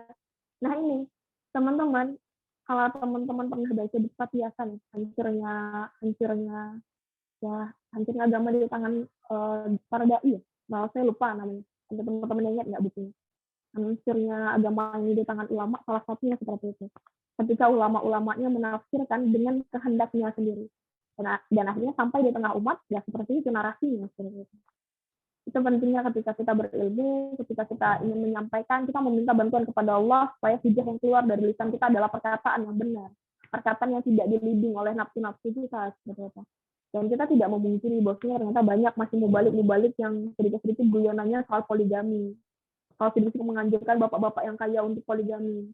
Padahal bicara soal poligami tidak sesederhana dan tidak seremeh itu, teman-teman. Kalau perlu forum tertutup, tidak di tengah jamaah yang pemikirannya masih beragam seperti itu. Akhirnya penafsirannya berbeda, dan akhirnya bentuk interpretasinya pun berbeda seperti itu. Tapi kalau seandainya di sini dikatakan harus kemudian ditafsirkan ulang dengan pandangan perempuan agar dia jadi lebih adil, maka saya tidak sepakat dengan hal ini, teman-teman. Yang perlu kita perbaiki adalah mengembalikannya dengan pemaknaan yang sebenarnya. Ya walaupun hari ini kita harus ekstra meluangkan waktu kita, meluangkan pemikiran kita untuk mengkaji lebih dalam lagi. Kalau saya tidak salah, saya pernah hadir dalam satu majelis ilmu yang dimana ustadznya mengatakan periwayat hadis terbanyak itu adalah Ibunda Aisyah. Dari seluruh sahabat ya, Ibunda Aisyah yang paling banyak meriwayatkan hadis. Artinya, kalaulah seperti itu, artinya kan tidak ada dominasi perempuan ya sebelumnya ya. Perempuan yang lebih banyak menafsirkan kan ya. Jadi sebenarnya narasi-narasi yang bermunculan hari ini narasi-narasi baru sebenarnya. Kalau dikatakan perempuan tidak punya space untuk menafsirkan, Aisyah salah satunya seperti itu. Dan sahabat-sahabat itu dapatnya dari Aisyah. Dan ini yang harusnya kita tegaskan kembali bahwasannya kalau kita ingin meluruskan pemaknaan sebenarnya, maka ini sah-sah saja. Memahamkan umat ini maksudnya seperti apa distribusi amanah antara laki-laki dan perempuan, bagaimana sudut pandang Islam terhadap perempuan diluruskan kembali, maka ini benar seperti itu. Tapi kalau ada lagi tandingan harus ada dipandang lagi dari sudut pandang perempuan biar adil, maka ini sesuatu yang diada-adakan. Ini yang harusnya ya kita hari ini berhati-hati, teman-teman. Perempuan-perempuan ya, apalagi kita yang mayoritas perempuan yang didominasi oleh perasaannya, kadang kita baper juga. Kadang sebenarnya hari ini kita mungkin yang menjadi bentuk penguat lagi dari narasi-narasi yang semakin menjadikan Islam adalah dilihatnya di lapangan, kurangnya keteladanan. Karena kita bicara soal lapangan ya teman-teman, kita nggak bisa bohong, angka perceraian itu tinggi. Kita nggak bisa bohong, masih banyak laki-laki yang tahu anaknya 10 kg, bahkan 20 kg anak-anak balita itu, tapi masih tetap menyuruh istrinya menggendong, bahkan sampai di kereta digendong, bahkan kemana-mana istrinya menggendong anaknya sendiri seperti itu. Ini yang kemudian jadi pandangan orang-orang yang kemudian menganggap oh ini yang salah seperti itu. Tapi kemudian membentur-benturkannya dengan Al-Quran. Kita tidak bisa menutup mata bahwasanya ternyata masih banyak laki-laki yang membiarkan istrinya menjadi tulang punggung dari keluarganya. Kita nggak bisa menutup mata dari banyaknya pekerja-pekerja kasar itu para perempuan. Tapi yang salah bukan Al-Quran. Yang salah adalah ketika nilai-nilai Al-Quran itu tidak lagi ditempatkan. Atau nanti di Arab dikatakan perempuan itu menuntut untuk kemudian mendapatkan driver license ya. Perempuan itu ingin masuk ke dalam ranah-ranah pekerjaan yang ada di ranah publik seperti itu. Seolah-olah berlomba-lomba untuk menepati posisi kepemimpinan. Nah ini di mana kata setaranya? Perempuan ingin masuk ke dalam ke dalam dunia pekerjaan tapi tidak mau jadi pekerja kasar. Yang sangat kita sayangkan ya. Dan teman-teman lagi-lagi ya, kalau kita berbicara tentang fakta lapangan tidak bisa dibohongi bahwasanya masih banyak laki-laki yang tidak paham fungsinya sebagai kawan, tidak paham soal fungsinya sebagai seorang yang harus mengayomi dan melindungi. Dan akhirnya yang terjadi adalah itu, perempuan-perempuan yang merasa kecewa, merasa tidak dilindungi, tidak merasa diayomi, akhirnya berbicara. Dan akhirnya dimanfaatkan oleh orang-orang yang memang ingin membuat Al-Quran dipandang remeh, ya mereka ambil kesempatan itu tadi. Dan teman-teman, ini mayoritas mahasiswa ya, maksimalkanlah kinerja otak kalian untuk hadir di tengah umat dan memberikan pembenaran di tengah umat. Bagaimana agama ini mengatur kesempurnaan, bagaimana agama ini begitu memuliakan kaum perempuan. Mungkin itu dikembalikan dulu kepada moderator.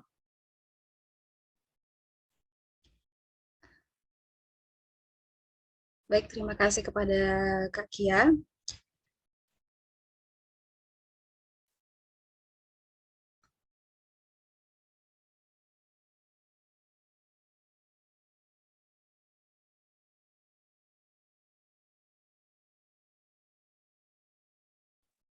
Baik, jika masih ada tanggapan dari teman-teman atau masih ada pertanyaan, boleh langsung raise hand atau boleh juga melalui fitur chat ya teman-teman.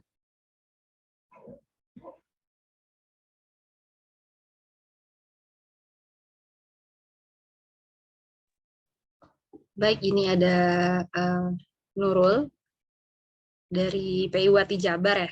Kepada Nurul dipersilakan. Baik, terima kasih Kak Rahmi. Saya ingin bertanya, sebetulnya saya penasaran dengan, dulu saya pernah mendengar satu kisah, saya lupa ini kisahnya zaman Nabi atau zaman siapa. Cuma katanya ada seorang perempuan yang dia itu ditinggal perang oleh suaminya. Dan waktu itu ternyata ibunya sakit, tapi si perempuan ini nggak mau nengok si ibunya karena dia alasannya adalah dia itu tidak mau keluar rumah karena belum ada izin dari suaminya. Lalu ibunya sakitnya tambah keras, si perempuan ini tetap tidak mau menengok ibunya karena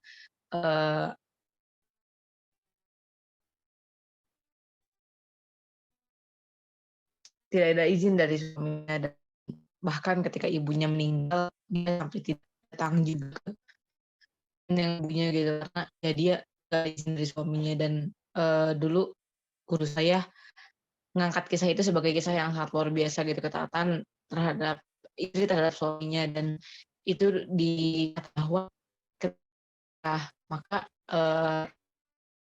surga.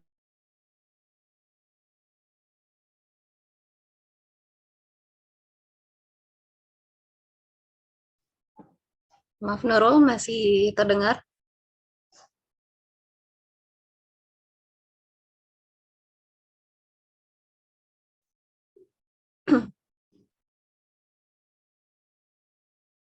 Halo Nurul, bisa dilanjutkan?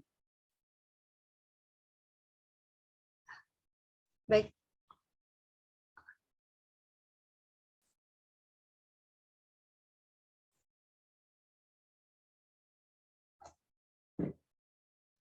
Rahmi? Ya, bisa lanjutkan Nurul. Oke. Sorry tadi tiba-tiba keluar.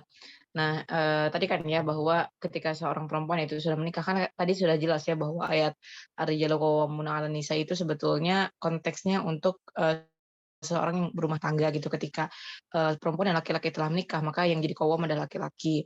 Lalu ya ada juga yang mengatakan bahwa setelah perempuan menikah, surga itu sudah berpindah dari telapak kaki ibu ke telapak kaki suami. Dan di ayat selanjutnya yang ar-rijalu qawwamuna 'alan nisa itu kan disebutkan bahwa fasholihatu qanitatun hafidatun lil ghaibi bihafidillah, bahwa emang perempuan yang soleh itu adalah orang yang pada intinya kayak menjaga dirinya gitu di rumah. Karena terus korelasinya dengan kisah yang tadi gitu, saya agak bingungnya tuh kenapa harus sampai itu, kan ibunya kan sakit nih, sakit keras loh, pada akhirnya ibunya meninggal, tapi dia nggak mau nggak mau nengok ibunya karena dia nggak ada izin dari suaminya gitu. Kalau menurut dari pemateri sendiri itu kayak gimana? Apakah itu tanda bahwa perempuan itu harus mutlak taat kepada suami ketika dia menikah atau bagaimana sih, Kak? Terima kasih. Baik, bisa langsung ditanggapi ya Kak Kia. Oke, baik, Bismillah. Kan ini pertanyaan yang luar biasa ya. Dan saya juga pernah mendapatkan pertanyaan yang membuat saya merefleksikan pada diri saya apakah saya mampu seperti perempuan itu. Sosok di mana diceritakan oleh ustazah-ustazah kita, begitulah ketaatan seorang istri seharusnya. Yang seharusnya memang harus mendapatkan izin suaminya. Karena ketika perempuan sudah menikah, dia berani mengambil satu konsekuensi bahwasanya surganya sudah berpindah. Bahwasanya ketaatan mutlaknya hanya ada pada suaminya, seperti itu. Kalau dikatakan mutlak tadi ya, sebenarnya tidak bisa dikatakan mutlak. Karena ada ketaatan yang lebih tinggi dari ketaatan terhadap suami. Ini ketaatan terhadap Allah sendiri. Jadi posisinya ketika seorang perempuan sudah menikah, ketaatan yang pertama adalah kepada Allah. Yang kedua, kalau dia belum menikah adalah pada ibunya. Tapi ketika dia menikah, yang kedua ini langsung pada suaminya. Orang yang tidak pernah mungkin dulu tahu bagaimana kisah kecilnya, seperti itu. Orang yang baru datang ke hidupnya, tapi tiba-tiba harus menjadi orang yang dia taati kedua setelah Allah dan Rasulnya. Ini luar biasa kan ya. Tapi ternyata di balik ketaatan ini juga Allah ingin mengingatkan bahwasanya sebegitunya Islam menginginkan ketahanan keluarga. Maksudnya adalah ketika sedikit-sedikit harus ada ridho suami, itu adalah bentuk apa ya, kita bilang konsensus sebenarnya, dan bentuk komunikasi yang memang harus ada dalam keluarga. Kan kalau sedikit-sedikit harus berkabar, artinya harus ada yang dikomunikasikan kan. Ya sekedar mengatakan izin ya, minta izin pada suami ingin keluar. Sebenarnya kalau kita memahami itu batasan, itu yang akan mempersulit kita. Tapi kalau kita memahami dengan pemaknaan, dengan komunikasi tadi, dengan mengabari tadi dan meminta ridho tadi untuk memperbaiki komunikasi dan untuk menjaga saling keterbukaan antara suami istri, maka itu adalah kesimpulan yang baik sebenarnya. Tapi kalau kita sendiri, nafsu kita memandang itu adalah hal yang merumitkan, maka akan jadi rumit. Sebagaimana Allah mengatakan aku sesuai pada prasangka hambaku, ya kan ya? Kalau kita berprasangka bahwasanya untuk meminta ridho suami itu sulit, dia akan Allah persulit di perjalanan ini. Dan kisah tadi mengabarkan pada kita bahwasanya seperti itulah seharusnya. Kan kalau seandainya dikatakan itu seorang muslimah yang begitu taat pada suaminya, apa yang membuat dia kemudian tidak mau mengunjungi ibunya yang nyaris sakaratul maut? Karena dia tahu surganya sudah berpindah, teman-teman. Dan kita tahu itu diceritakan pada saat masa perang ya, masa perang dahulu. Dan yakinlah kalau itu suami adalah orang yang solih, pasti dia mengizinkan istrinya.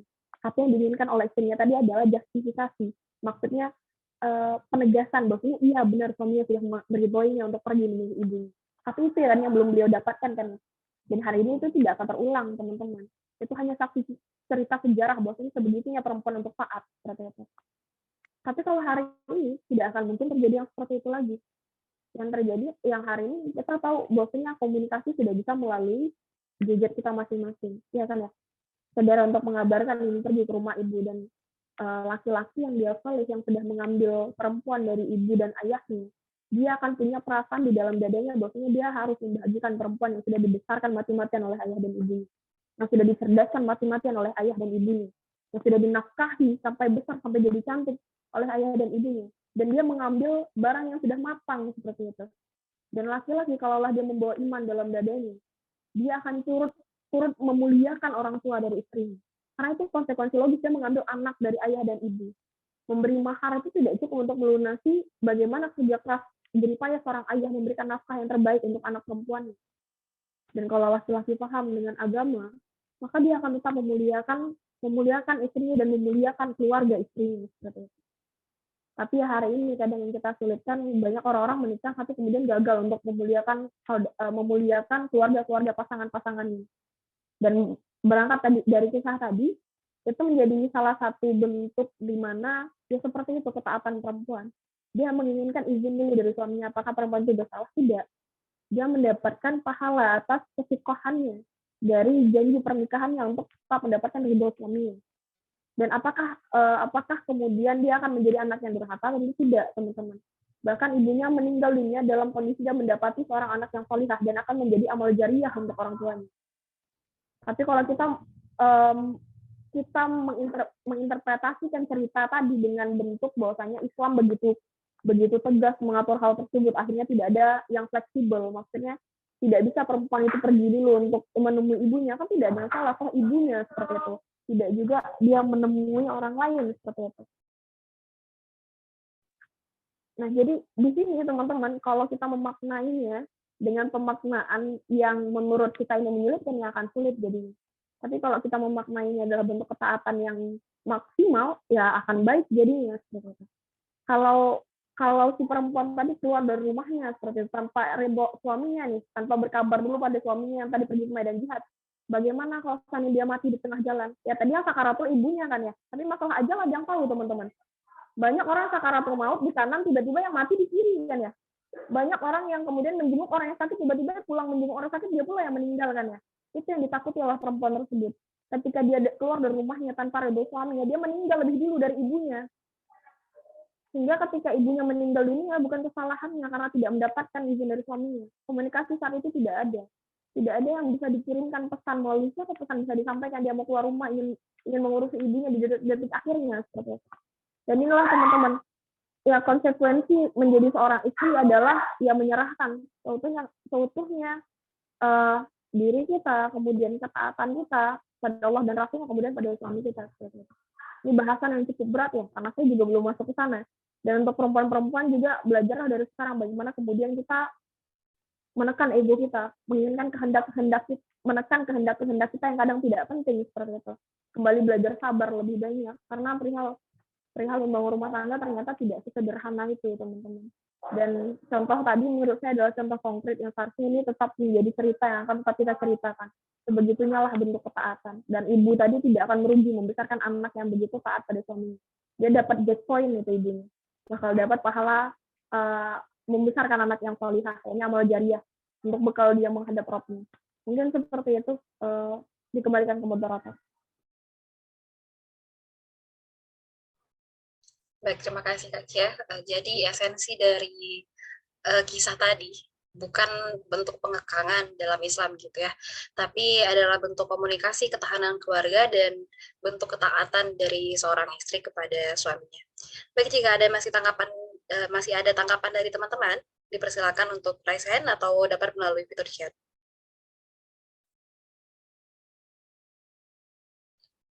Baik, di sini ada Saudara Lucia Kawalirang, kepada saudara dipersilakan.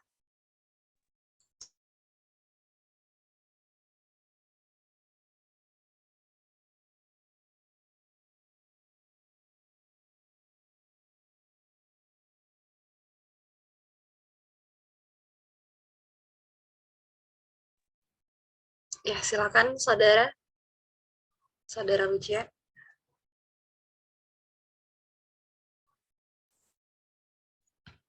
Mohon maaf, suaranya belum terdengar.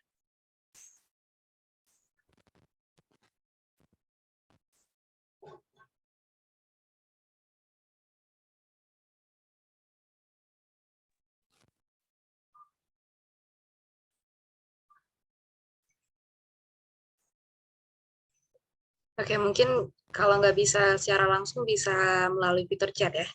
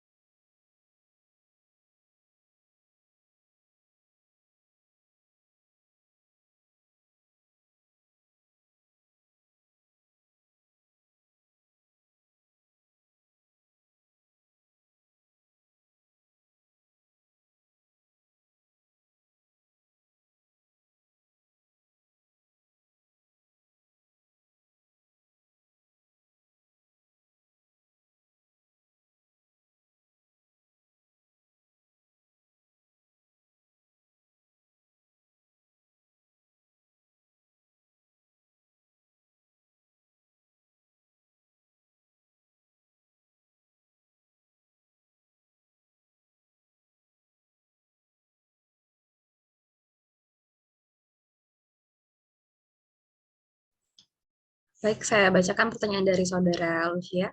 Selamat siang, saya mau bertanya karena tidak membahas mengenai feminisme. Saya hendak mempertanyakan adanya gerakan Islam moderat yang juga tampak mengusung feminisme secara Islami, yakni Aisyah Muhammadiyah. Dalam pergerakan Aisyah ini, sejauh yang saya ketahui sangat mirip dengan pelaku feminis yang menyusung adanya perempuan dapat menjadi tokoh di dalam masyarakat, sekaligus mengurangi adanya perilaku-perilaku yang cenderung menurunkan harkat dan martabat perempuan, seperti halnya mengurangi ruang gerak untuk berpoligami. Menurut Yunda Zakia, apakah konsepsi feminis Islamiyah yang diusung oleh Aisyah Muhammadiyah merupakan hal yang dapat dibenarkan menurut agama? Terima kasih. Kepada Kak, silakan ditanggapi, Kak.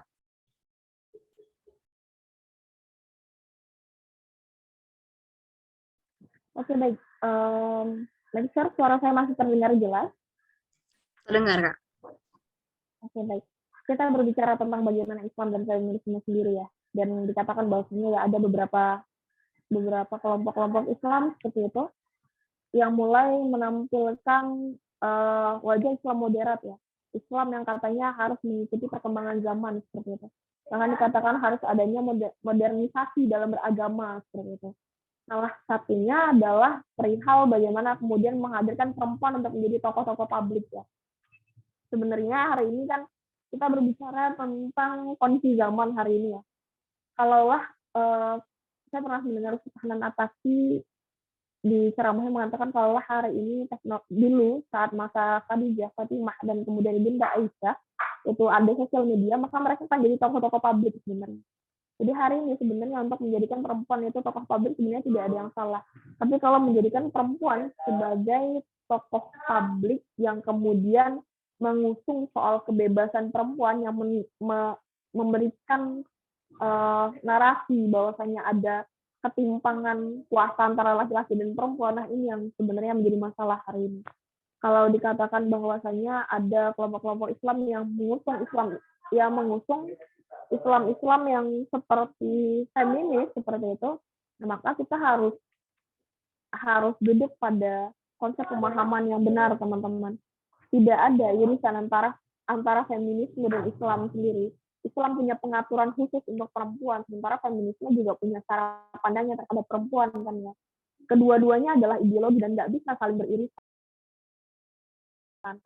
Kalau kita berbicara soal kebebasan perempuan, feminisme cenderung bicara soal otoritas tubuh atas perempuan yang tidak boleh diganggu gugat, yang tidak boleh kemudian dilecehkan lah menurut mereka. Yang kemudian pengaturannya itu ada pada perempuan, yang tata busana itu juga nggak boleh diberikan kepada perempuan karena itu bentuk kebebasan menurut mereka. Sementara berbicara tentang Islam, kebebasan perempuan dalam Islam diikat pada syariat seperti itu.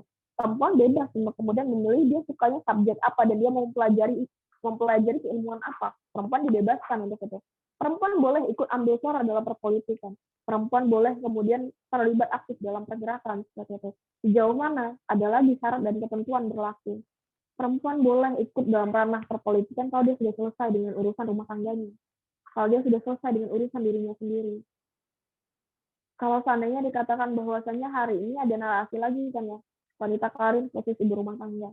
Kalau kamu menjadi wanita karir, maka kamu akan menjadi ibu rumah tangga yang gagal. Kalau kamu menjadi ibu rumah tangga saja, maka kamu tidak akan mampu mengaktualisasikan diri kamu. Nah, narasinya seperti itu kan ya. Seolah-olah Islam tidak hadir. Menjadi satu narasi penengah, bahwasanya perempuan boleh ikut andil dalam pergerakan. Perempuan boleh kemudian mengambil andil dalam kebermanfaatan di tengah masyarakat. Perempuan boleh mengambil profesinya. Tapi syarat dan ketentuannya berlaku, tapi perempuan harus memastikan dia memberikan 100 hari kehidupan pada anaknya, memberikan asinya pada anaknya, menuntun anaknya, mendidik anaknya dengan baik, menjadi istri yang baik untuk suaminya, seperti itu. Syarat dan ketentuan ini harus dituntaskan lebih dulu, karena ketika dia memilih untuk menjadi seorang istri, itu adalah konsekuensi logis yang dia dapatkan. Bagaimanapun pentingnya dia di tengah masyarakat, prioritas pertamanya harus diberikan pada keluarganya. Dan kalau dia sudah selesai dengan urusan dirinya sendiri, urusan keluarganya, baru dia boleh mengambil keterlibatan di tengah masyarakat. Kalau dikatakan seperti itu, berarti tidak adil. Laki-laki boleh melakukan banyak hal. Itu pahala perempuan tidak adil dengan laki-laki kalau seperti itu. Tapi dengan kemahakuasaan Allah, Allah baik dengan perempuan. Perempuan boleh untuk sholat di rumah, laki-laki sholatnya kalau mau 27 rakaat, kalau mau dapat 27 harus di masjid kan ya. Laki-laki diwajibkan untuk mengisi masjid, perempuan boleh di rumahnya, bahkan dianjurkan di rumahnya, karena ternyata sesuai dengan perempuan itu sendiri. Kalau sudah dia menyusui anaknya, tubuhnya lelah, dia butuh berbaring seperti itu. Dia butuh untuk kemudian lebih banyak istirahat di rumahnya. Dan itu yang kemudian dikatakan maksudnya lebih baik kalau perempuan itu di rumahnya. Seperti itu Islam mengatur. Tapi kalau kita tidak punya kacamata keimanan memandang hal ini, maka akan tersulit. Pikiran kita akan tersulit seperti itu. Lihat perempuan dibatas-batasi ruang geraknya. Perempuan dikatakan kalau dia muncul jadi tokoh publik, maka dia tidak menjaga dirinya dengan baik dan menjadi sumber fitnah. Nah ini hal yang kemudian harus perlahan kita pahamkan pada umat ini bahwasanya perempuan boleh menjadi mubalighah, perempuan boleh menjadi para penceramah, perempuan boleh menjadi para pemateri, para motivator seperti itu. Sejauh mana beliau kemudian tampil dengan tidak tabarruz. Beliau tampil kemudian dengan kata yang tidak mendayu-dayu seperti itu. Bagaimana kemudian dia meniatkan pada dirinya akan apa yang ia berikan semoga bermanfaat untuk umat ini. Balik lagi ranahnya niat seperti itu. Tapi kalau seandainya kita lihat bagaimana kemudian hari ini dikatakan ada perilaku-perilaku yang condong ini meruntuhkan harkat dan martabat perempuan ya. Yang saya pahami hal ini ya layaknya kemudian menampilkan perempuan-perempuan sebagai ambasador kecantikan seperti itu. Ini yang menurut saya ini menjatuhkan harkat dan martabatnya perempuan. Tidaklah kecantikan perempuan itu untuk kemudian diperlombakan. Tidaklah kemudian keelokan tubuh perempuan itu untuk diperjualbelikan seperti itu. Dan kalau seandainya hari ini kita lihat seiring dengan banyaknya muslimah-muslimah yang sudah mulai speak up, ada lagi kan yang masuk juga untuk kemudian menguasai pasar kapitalis, menjual banyaknya gamis-gamis seperti itu. Akhirnya perempuan pun walaupun dia muslimah dia cenderung ingin mengganti gamis yang baru. Padahal dulu kalau kita berbicara soal Fatimah itu gamisnya sampai robek-robek seperti itu. Sampai banyak tambalan di sisi gamisnya seperti itu. Dan ini yang kemudian terlupa dari para perempuan hari ini. Mereka seiring dengan banyaknya tokoh-tokoh publik perempuan-perempuan yang hebat, yang luar biasa performanya, yang luar biasa hujahnya, tapi bersamaan dengan itu hidup juga pasar kapitalis. Oh sekarang trending udah banyak kaum hijrah jual jilbab banyak-banyak, jual lagi gamis banyak-banyak, dan akhirnya perempuan cenderung untuk mengganti gamis yang masih bagus beli lagi dengan gamis lainnya. Terus koleksi, akhirnya banyak padat, dan kita lihat kemudian ada fashion lagi, ya sama gamisnya warna-warni seperti itu. Padahal ya seorang perempuan itu diminta untuk zuhud seperti itu. Untuk kemudian kalau masih bagus pakai ini maka pakai itu. Kalau masih bisa disedekahkan, uangnya lebih baik sedekahkan daripada beli pakaian baru seperti itu. Ini yang kemudian hari ini yang kita lihat ada pencampur adukan antara yang hak dan yang batil sebenarnya. Padahal sudah tegas di dalam Al-Quran dikatakan wala talbisul haqqa bil batil seperti itu. Jangan campur adukan antara yang hak dan yang batil. Tapi kalau dikatakan bahwasanya perempuan itu ada larangan atau tidak untuk kemudian maju ke ranah publik, sejauh dan sehemat pemahaman saya tidak pernah kemudian memahami bahwasanya perempuan itu tampil ke ranah publik untuk kemudian menjual dirinya seperti dalam artian ya biar menjadi pusat pandangan laki-laki. Sejauh saya lihat bagaimana teman-teman saya, ustazah saya masuk hari ini menjadi tokoh-tokoh publik, karena kita lihat kalau ruang-ruang publik tadi, apalagi sekarang media sosial ya, kalau media sosial tadi tidak diisi juga dengan narasi-narasi Islam, maka akan diambil oleh orang sebelah yang menarasikan paham mereka. Itu kenapa kemudian kita juga masuk dengan bagaimana kondisi zaman hari ini, tapi tetap dengan syarat dan ketentuan yang berlaku. Kalau antum melihat bahwasanya ada golongan Islam yang sudah arahnya semisal ini, maka itu menurut sudah menjadi satu hal yang mungkin sudah konsekuensi dari zaman ini sepertinya. Zaman huru-hara dan penuh fitnah. Makin kita sulit untuk mendapatkan mana yang pembenaran dan mana yang kebenaran. Walaupun keduanya berangkat dari asal kata yang sama-sama benar seperti itu. Maka kembali lagi kita luruskan lagi pemikiran kita luruskan lagi niat kita bersihkan lagi hati kita dari segala kecintaan terhadap dunia. Semoga Allah tunjukkan mana yang hak dan mana yang batil. Ada salah satu bentuk di mana mata manusia itu kalau hanya mampu melihat yang fisik saja, ya artinya kita masih buta seperti itu. Seorang ustadz yang pernah saya temui dalam kajian ilmu mengatakan bahwasanya mata kita itu berfungsi apabila kita sudah bisa melihat mana yang hak dan mana yang batil seperti itu. Mungkin itu dikembalikan kepada moderator, apakah kiranya masih ada feedback balik mungkin dari penanya? Baik, terima kasih kepada Kak Kia. Jadi perbedaan latar belakang pergerakan aktivis perempuan dengan kaum feminis itu jika aktivis perempuan itu bergeraknya berdasarkan Al-Quran dan Sunnah, sedangkan kaum feminis itu berdasarkan uh, asas kemanusiaan dan nafsu mereka untuk menuntut kebebasan, maka dari perbedaan latar belakang ini lahir juga perbedaan urgensi, yaitu jika jika aktivis perempuan banyak memperjuangkan persamaan hak untuk tampil di depan publik, sedangkan kaum feminis mereka lebih banyak menyuarakan kebebasan sebebas-bebasnya, termasuk untuk otoritas tubuhnya. Masih ada tanggapan dari Saudara Lucia?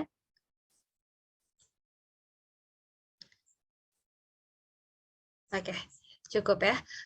Jika masih ada pertanyaan, mungkin satu pertanyaan lagi bisa teman-teman langsung sampaikan atau bisa juga melalui fitur chat. Oke, sepertinya tidak ada. Sampai di sini mungkin sesi diskusi kita pada hari ini. Selanjutnya akan ada sesi penyerahan sertifikat oleh Ketua Koordinator Wilayah PIWT Aceh, Yunda Husnul Amalia Soleha, kepada pemateri kita. Kak Zakia Darajat, kepada Yunda Husnul kami persilakan.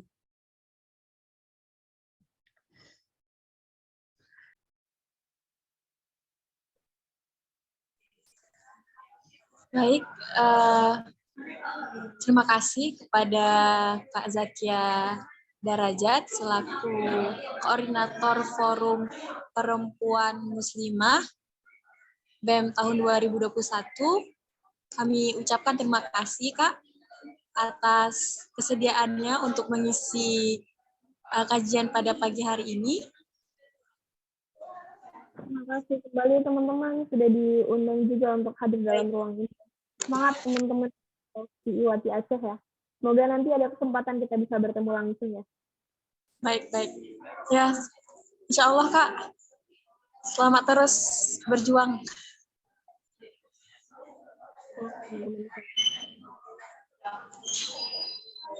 Oke, baik teman-teman. Mungkin ada closing statement dari Kak Kia. Kepada Kak Kia, dipersilakan. Oke, baik. Sebenarnya seperti sampaikan di awal. Jadi mungkin semoga teman-teman juga ada hal yang kiranya bisa menjadi satu pertimbangan teman-teman yang mungkin kemarin masih berpikir bahwasanya banyak narasi yang menyudutkan perempuan dalam Islam. Semoga lebih terbuka lagi, dan lagi-lagi hujah saya pasti lemah, dan semoga Allah yang menuntun antum dan antuma yang ada di dalam ruangan ini untuk mendapatkan sebuah kepahaman yang benar. Karena sejatinya ketika Allah mencintai seorang hamba, maka kita tahu apa yang akan Allah berikan kepada hamba tersebut, bukan dunia dan seluruh isinya. Tapi yang akan pertama kali Allah berikan kepada hamba tersebut adalah yufaqihu fiddin, kefahaman atas agamanya. Dan semoga kita mendapatkan kefahaman tersebut. Dan dengannya kita lebih mampu melihat mana yang hak dan mana yang batil. Mana yang kemudian ingin memuliakan perempuan dan mana yang memuliakan kaum perempuan itu sendiri. Dan perempuan, lagi saya ulang bahwasanya kalaulah perempuan itu tidak ada iman dalam dadanya, maka dia akan dibuat porak-poranda dengan perasaannya. Dan perempuan sebagaimana kemudian Islam menjadikan bahwasanya kalaulah kita tidak menjadi sebaik-baik perhiasan dunia, maka pilihan yang lain adalah menjadi seburuk-buruknya fitnah. Maka pilihlah yang terbaik. Seorang perempuan nanti akan menjadi ibu dari para orang-orang baik berikutnya, para ulama, para pemimpin bangsa, dan para pejuang kebaikan. Dan harapannya semoga kita yang hari ini mengatakan bahwasanya kita menginginkan anak-anak yang solih dan solihah. Semoga kita tidak lupa untuk mensolihkan diri kita lebih dulu. Kembali menjadi rasa untuk kita, kira-kira apakah layak seorang ulama lahir dari rahim seorang perempuan yang masih bermalas-malasan, seorang perempuan yang masih kerdil ilmunya, seorang perempuan yang masih sering menunda-nunda, seorang perempuan yang masih malas, apakah layak seorang ulama dititipkan ke dalam rahim kita? Artinya ada satu refleksi ke dalam diri kita bahwa kita butuh untuk berbenah, kita butuh memahamkan diri ini dengan Al-Quran, kita butuh untuk kembali banyak hadir ke dalam majelis-majelis ilmu kita untuk mendapatkan banyak pemahaman dan keberkahan dari ilmu kita. Dan ya terakhir ya mungkin dari saya selaku ya hamba Allah yang juga masih minim keilmuannya dari teman-teman. Bahkan tadi saya mendengar Teman-teman bertanya sudah membawa dalil seperti itu. Artinya saya duduk pada orang-orang yang hari ini tidak membawa pemahaman yang kosong. Teman-teman juga sudah punya pemahaman yang saya rasanya sudah cukup baik seperti itu. Dan semangat untuk memahamkan yang lain. Jadinya keilmuan akan menjadi ilmu yang bermanfaat kalau itu terus disampaikan seperti itu, teman-teman. Banyaknya kemungkaran hal yang terjadi bukan karena sedikitnya orang-orang baik, tapi kita lihat banyaknya orang-orang baik yang bungkam atas kebenaran yang dia pahami. Semangat teman-teman dimanapun teman-teman berada, semoga semua selalu dalam lindungan Allah. Terakhir, ya perempuan-perempuan yang cerdas, perempuan-perempuan yang beriman dan bertakwa, rasanya mustahil akan melahirkan seorang pecundang. Terima kasih teman-teman. Saya tutup. Mohon maaf lahir dan batin ya. Mohon maaf untuk segala kesalahan dan kesilapan. Semoga Allah kuatkan hijab saya dan Allah bantu teman-teman untuk memahami keilmuan yang lebih baik lagi. Saya tutup. Assalamualaikum warahmatullahi wabarakatuh. Waalaikumsalam warahmatullahi wabarakatuh. Terima kasih Kak ya. Izinkan saya menyimpulkan dari hasil diskusi kita pada hari ini. Yang pertama yaitu jangan menerjemahkan Al-Quran dengan kerangka berpikir yang sempit. Interpretasikanlah Al-Quran dengan menggunakan kecerdasan, kerangka berpikir yang luas, dan dengan menggunakan keimanan. Selanjutnya, perempuan hari ini memang harus turut andil dalam dakwah ataupun bidang ilmu lainnya, namun pastikan bukan untuk memenuhi nafsu atau menuntut kesamaan dengan kaum laki-laki, tapi pastikan untuk meluruskan hal-hal yang sebagaimana semestinya dan untuk menebarkan kebermanfaatan. Baik, selanjutnya kita akan masuk ke sesi foto bersama terlebih dahulu. Kepada teman-teman dipersilakan untuk mengaktifkan kameranya.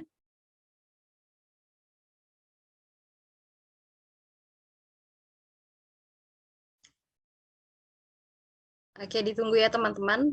Silakan mengaktifkan kameranya.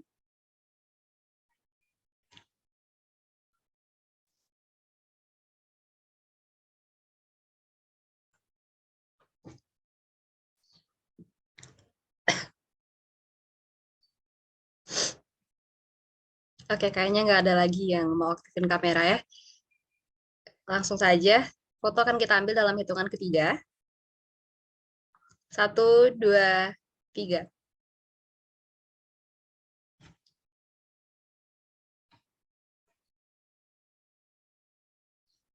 Sekali lagi teman-teman. 1, 2, 3.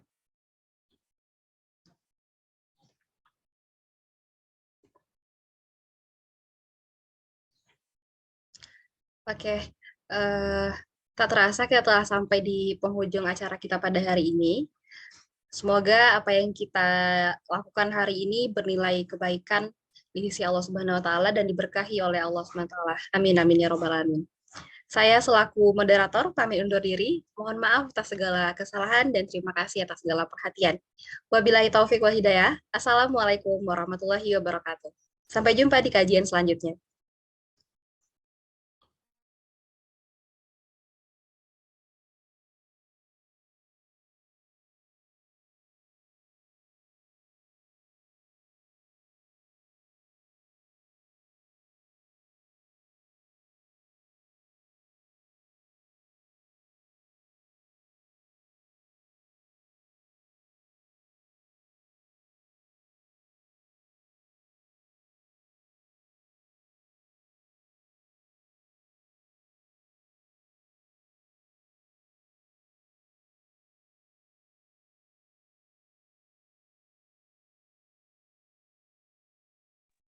Baik, saya izin end Zoom meeting-nya. Terima kasih teman-teman semuanya. Assalamualaikum warahmatullahi wabarakatuh.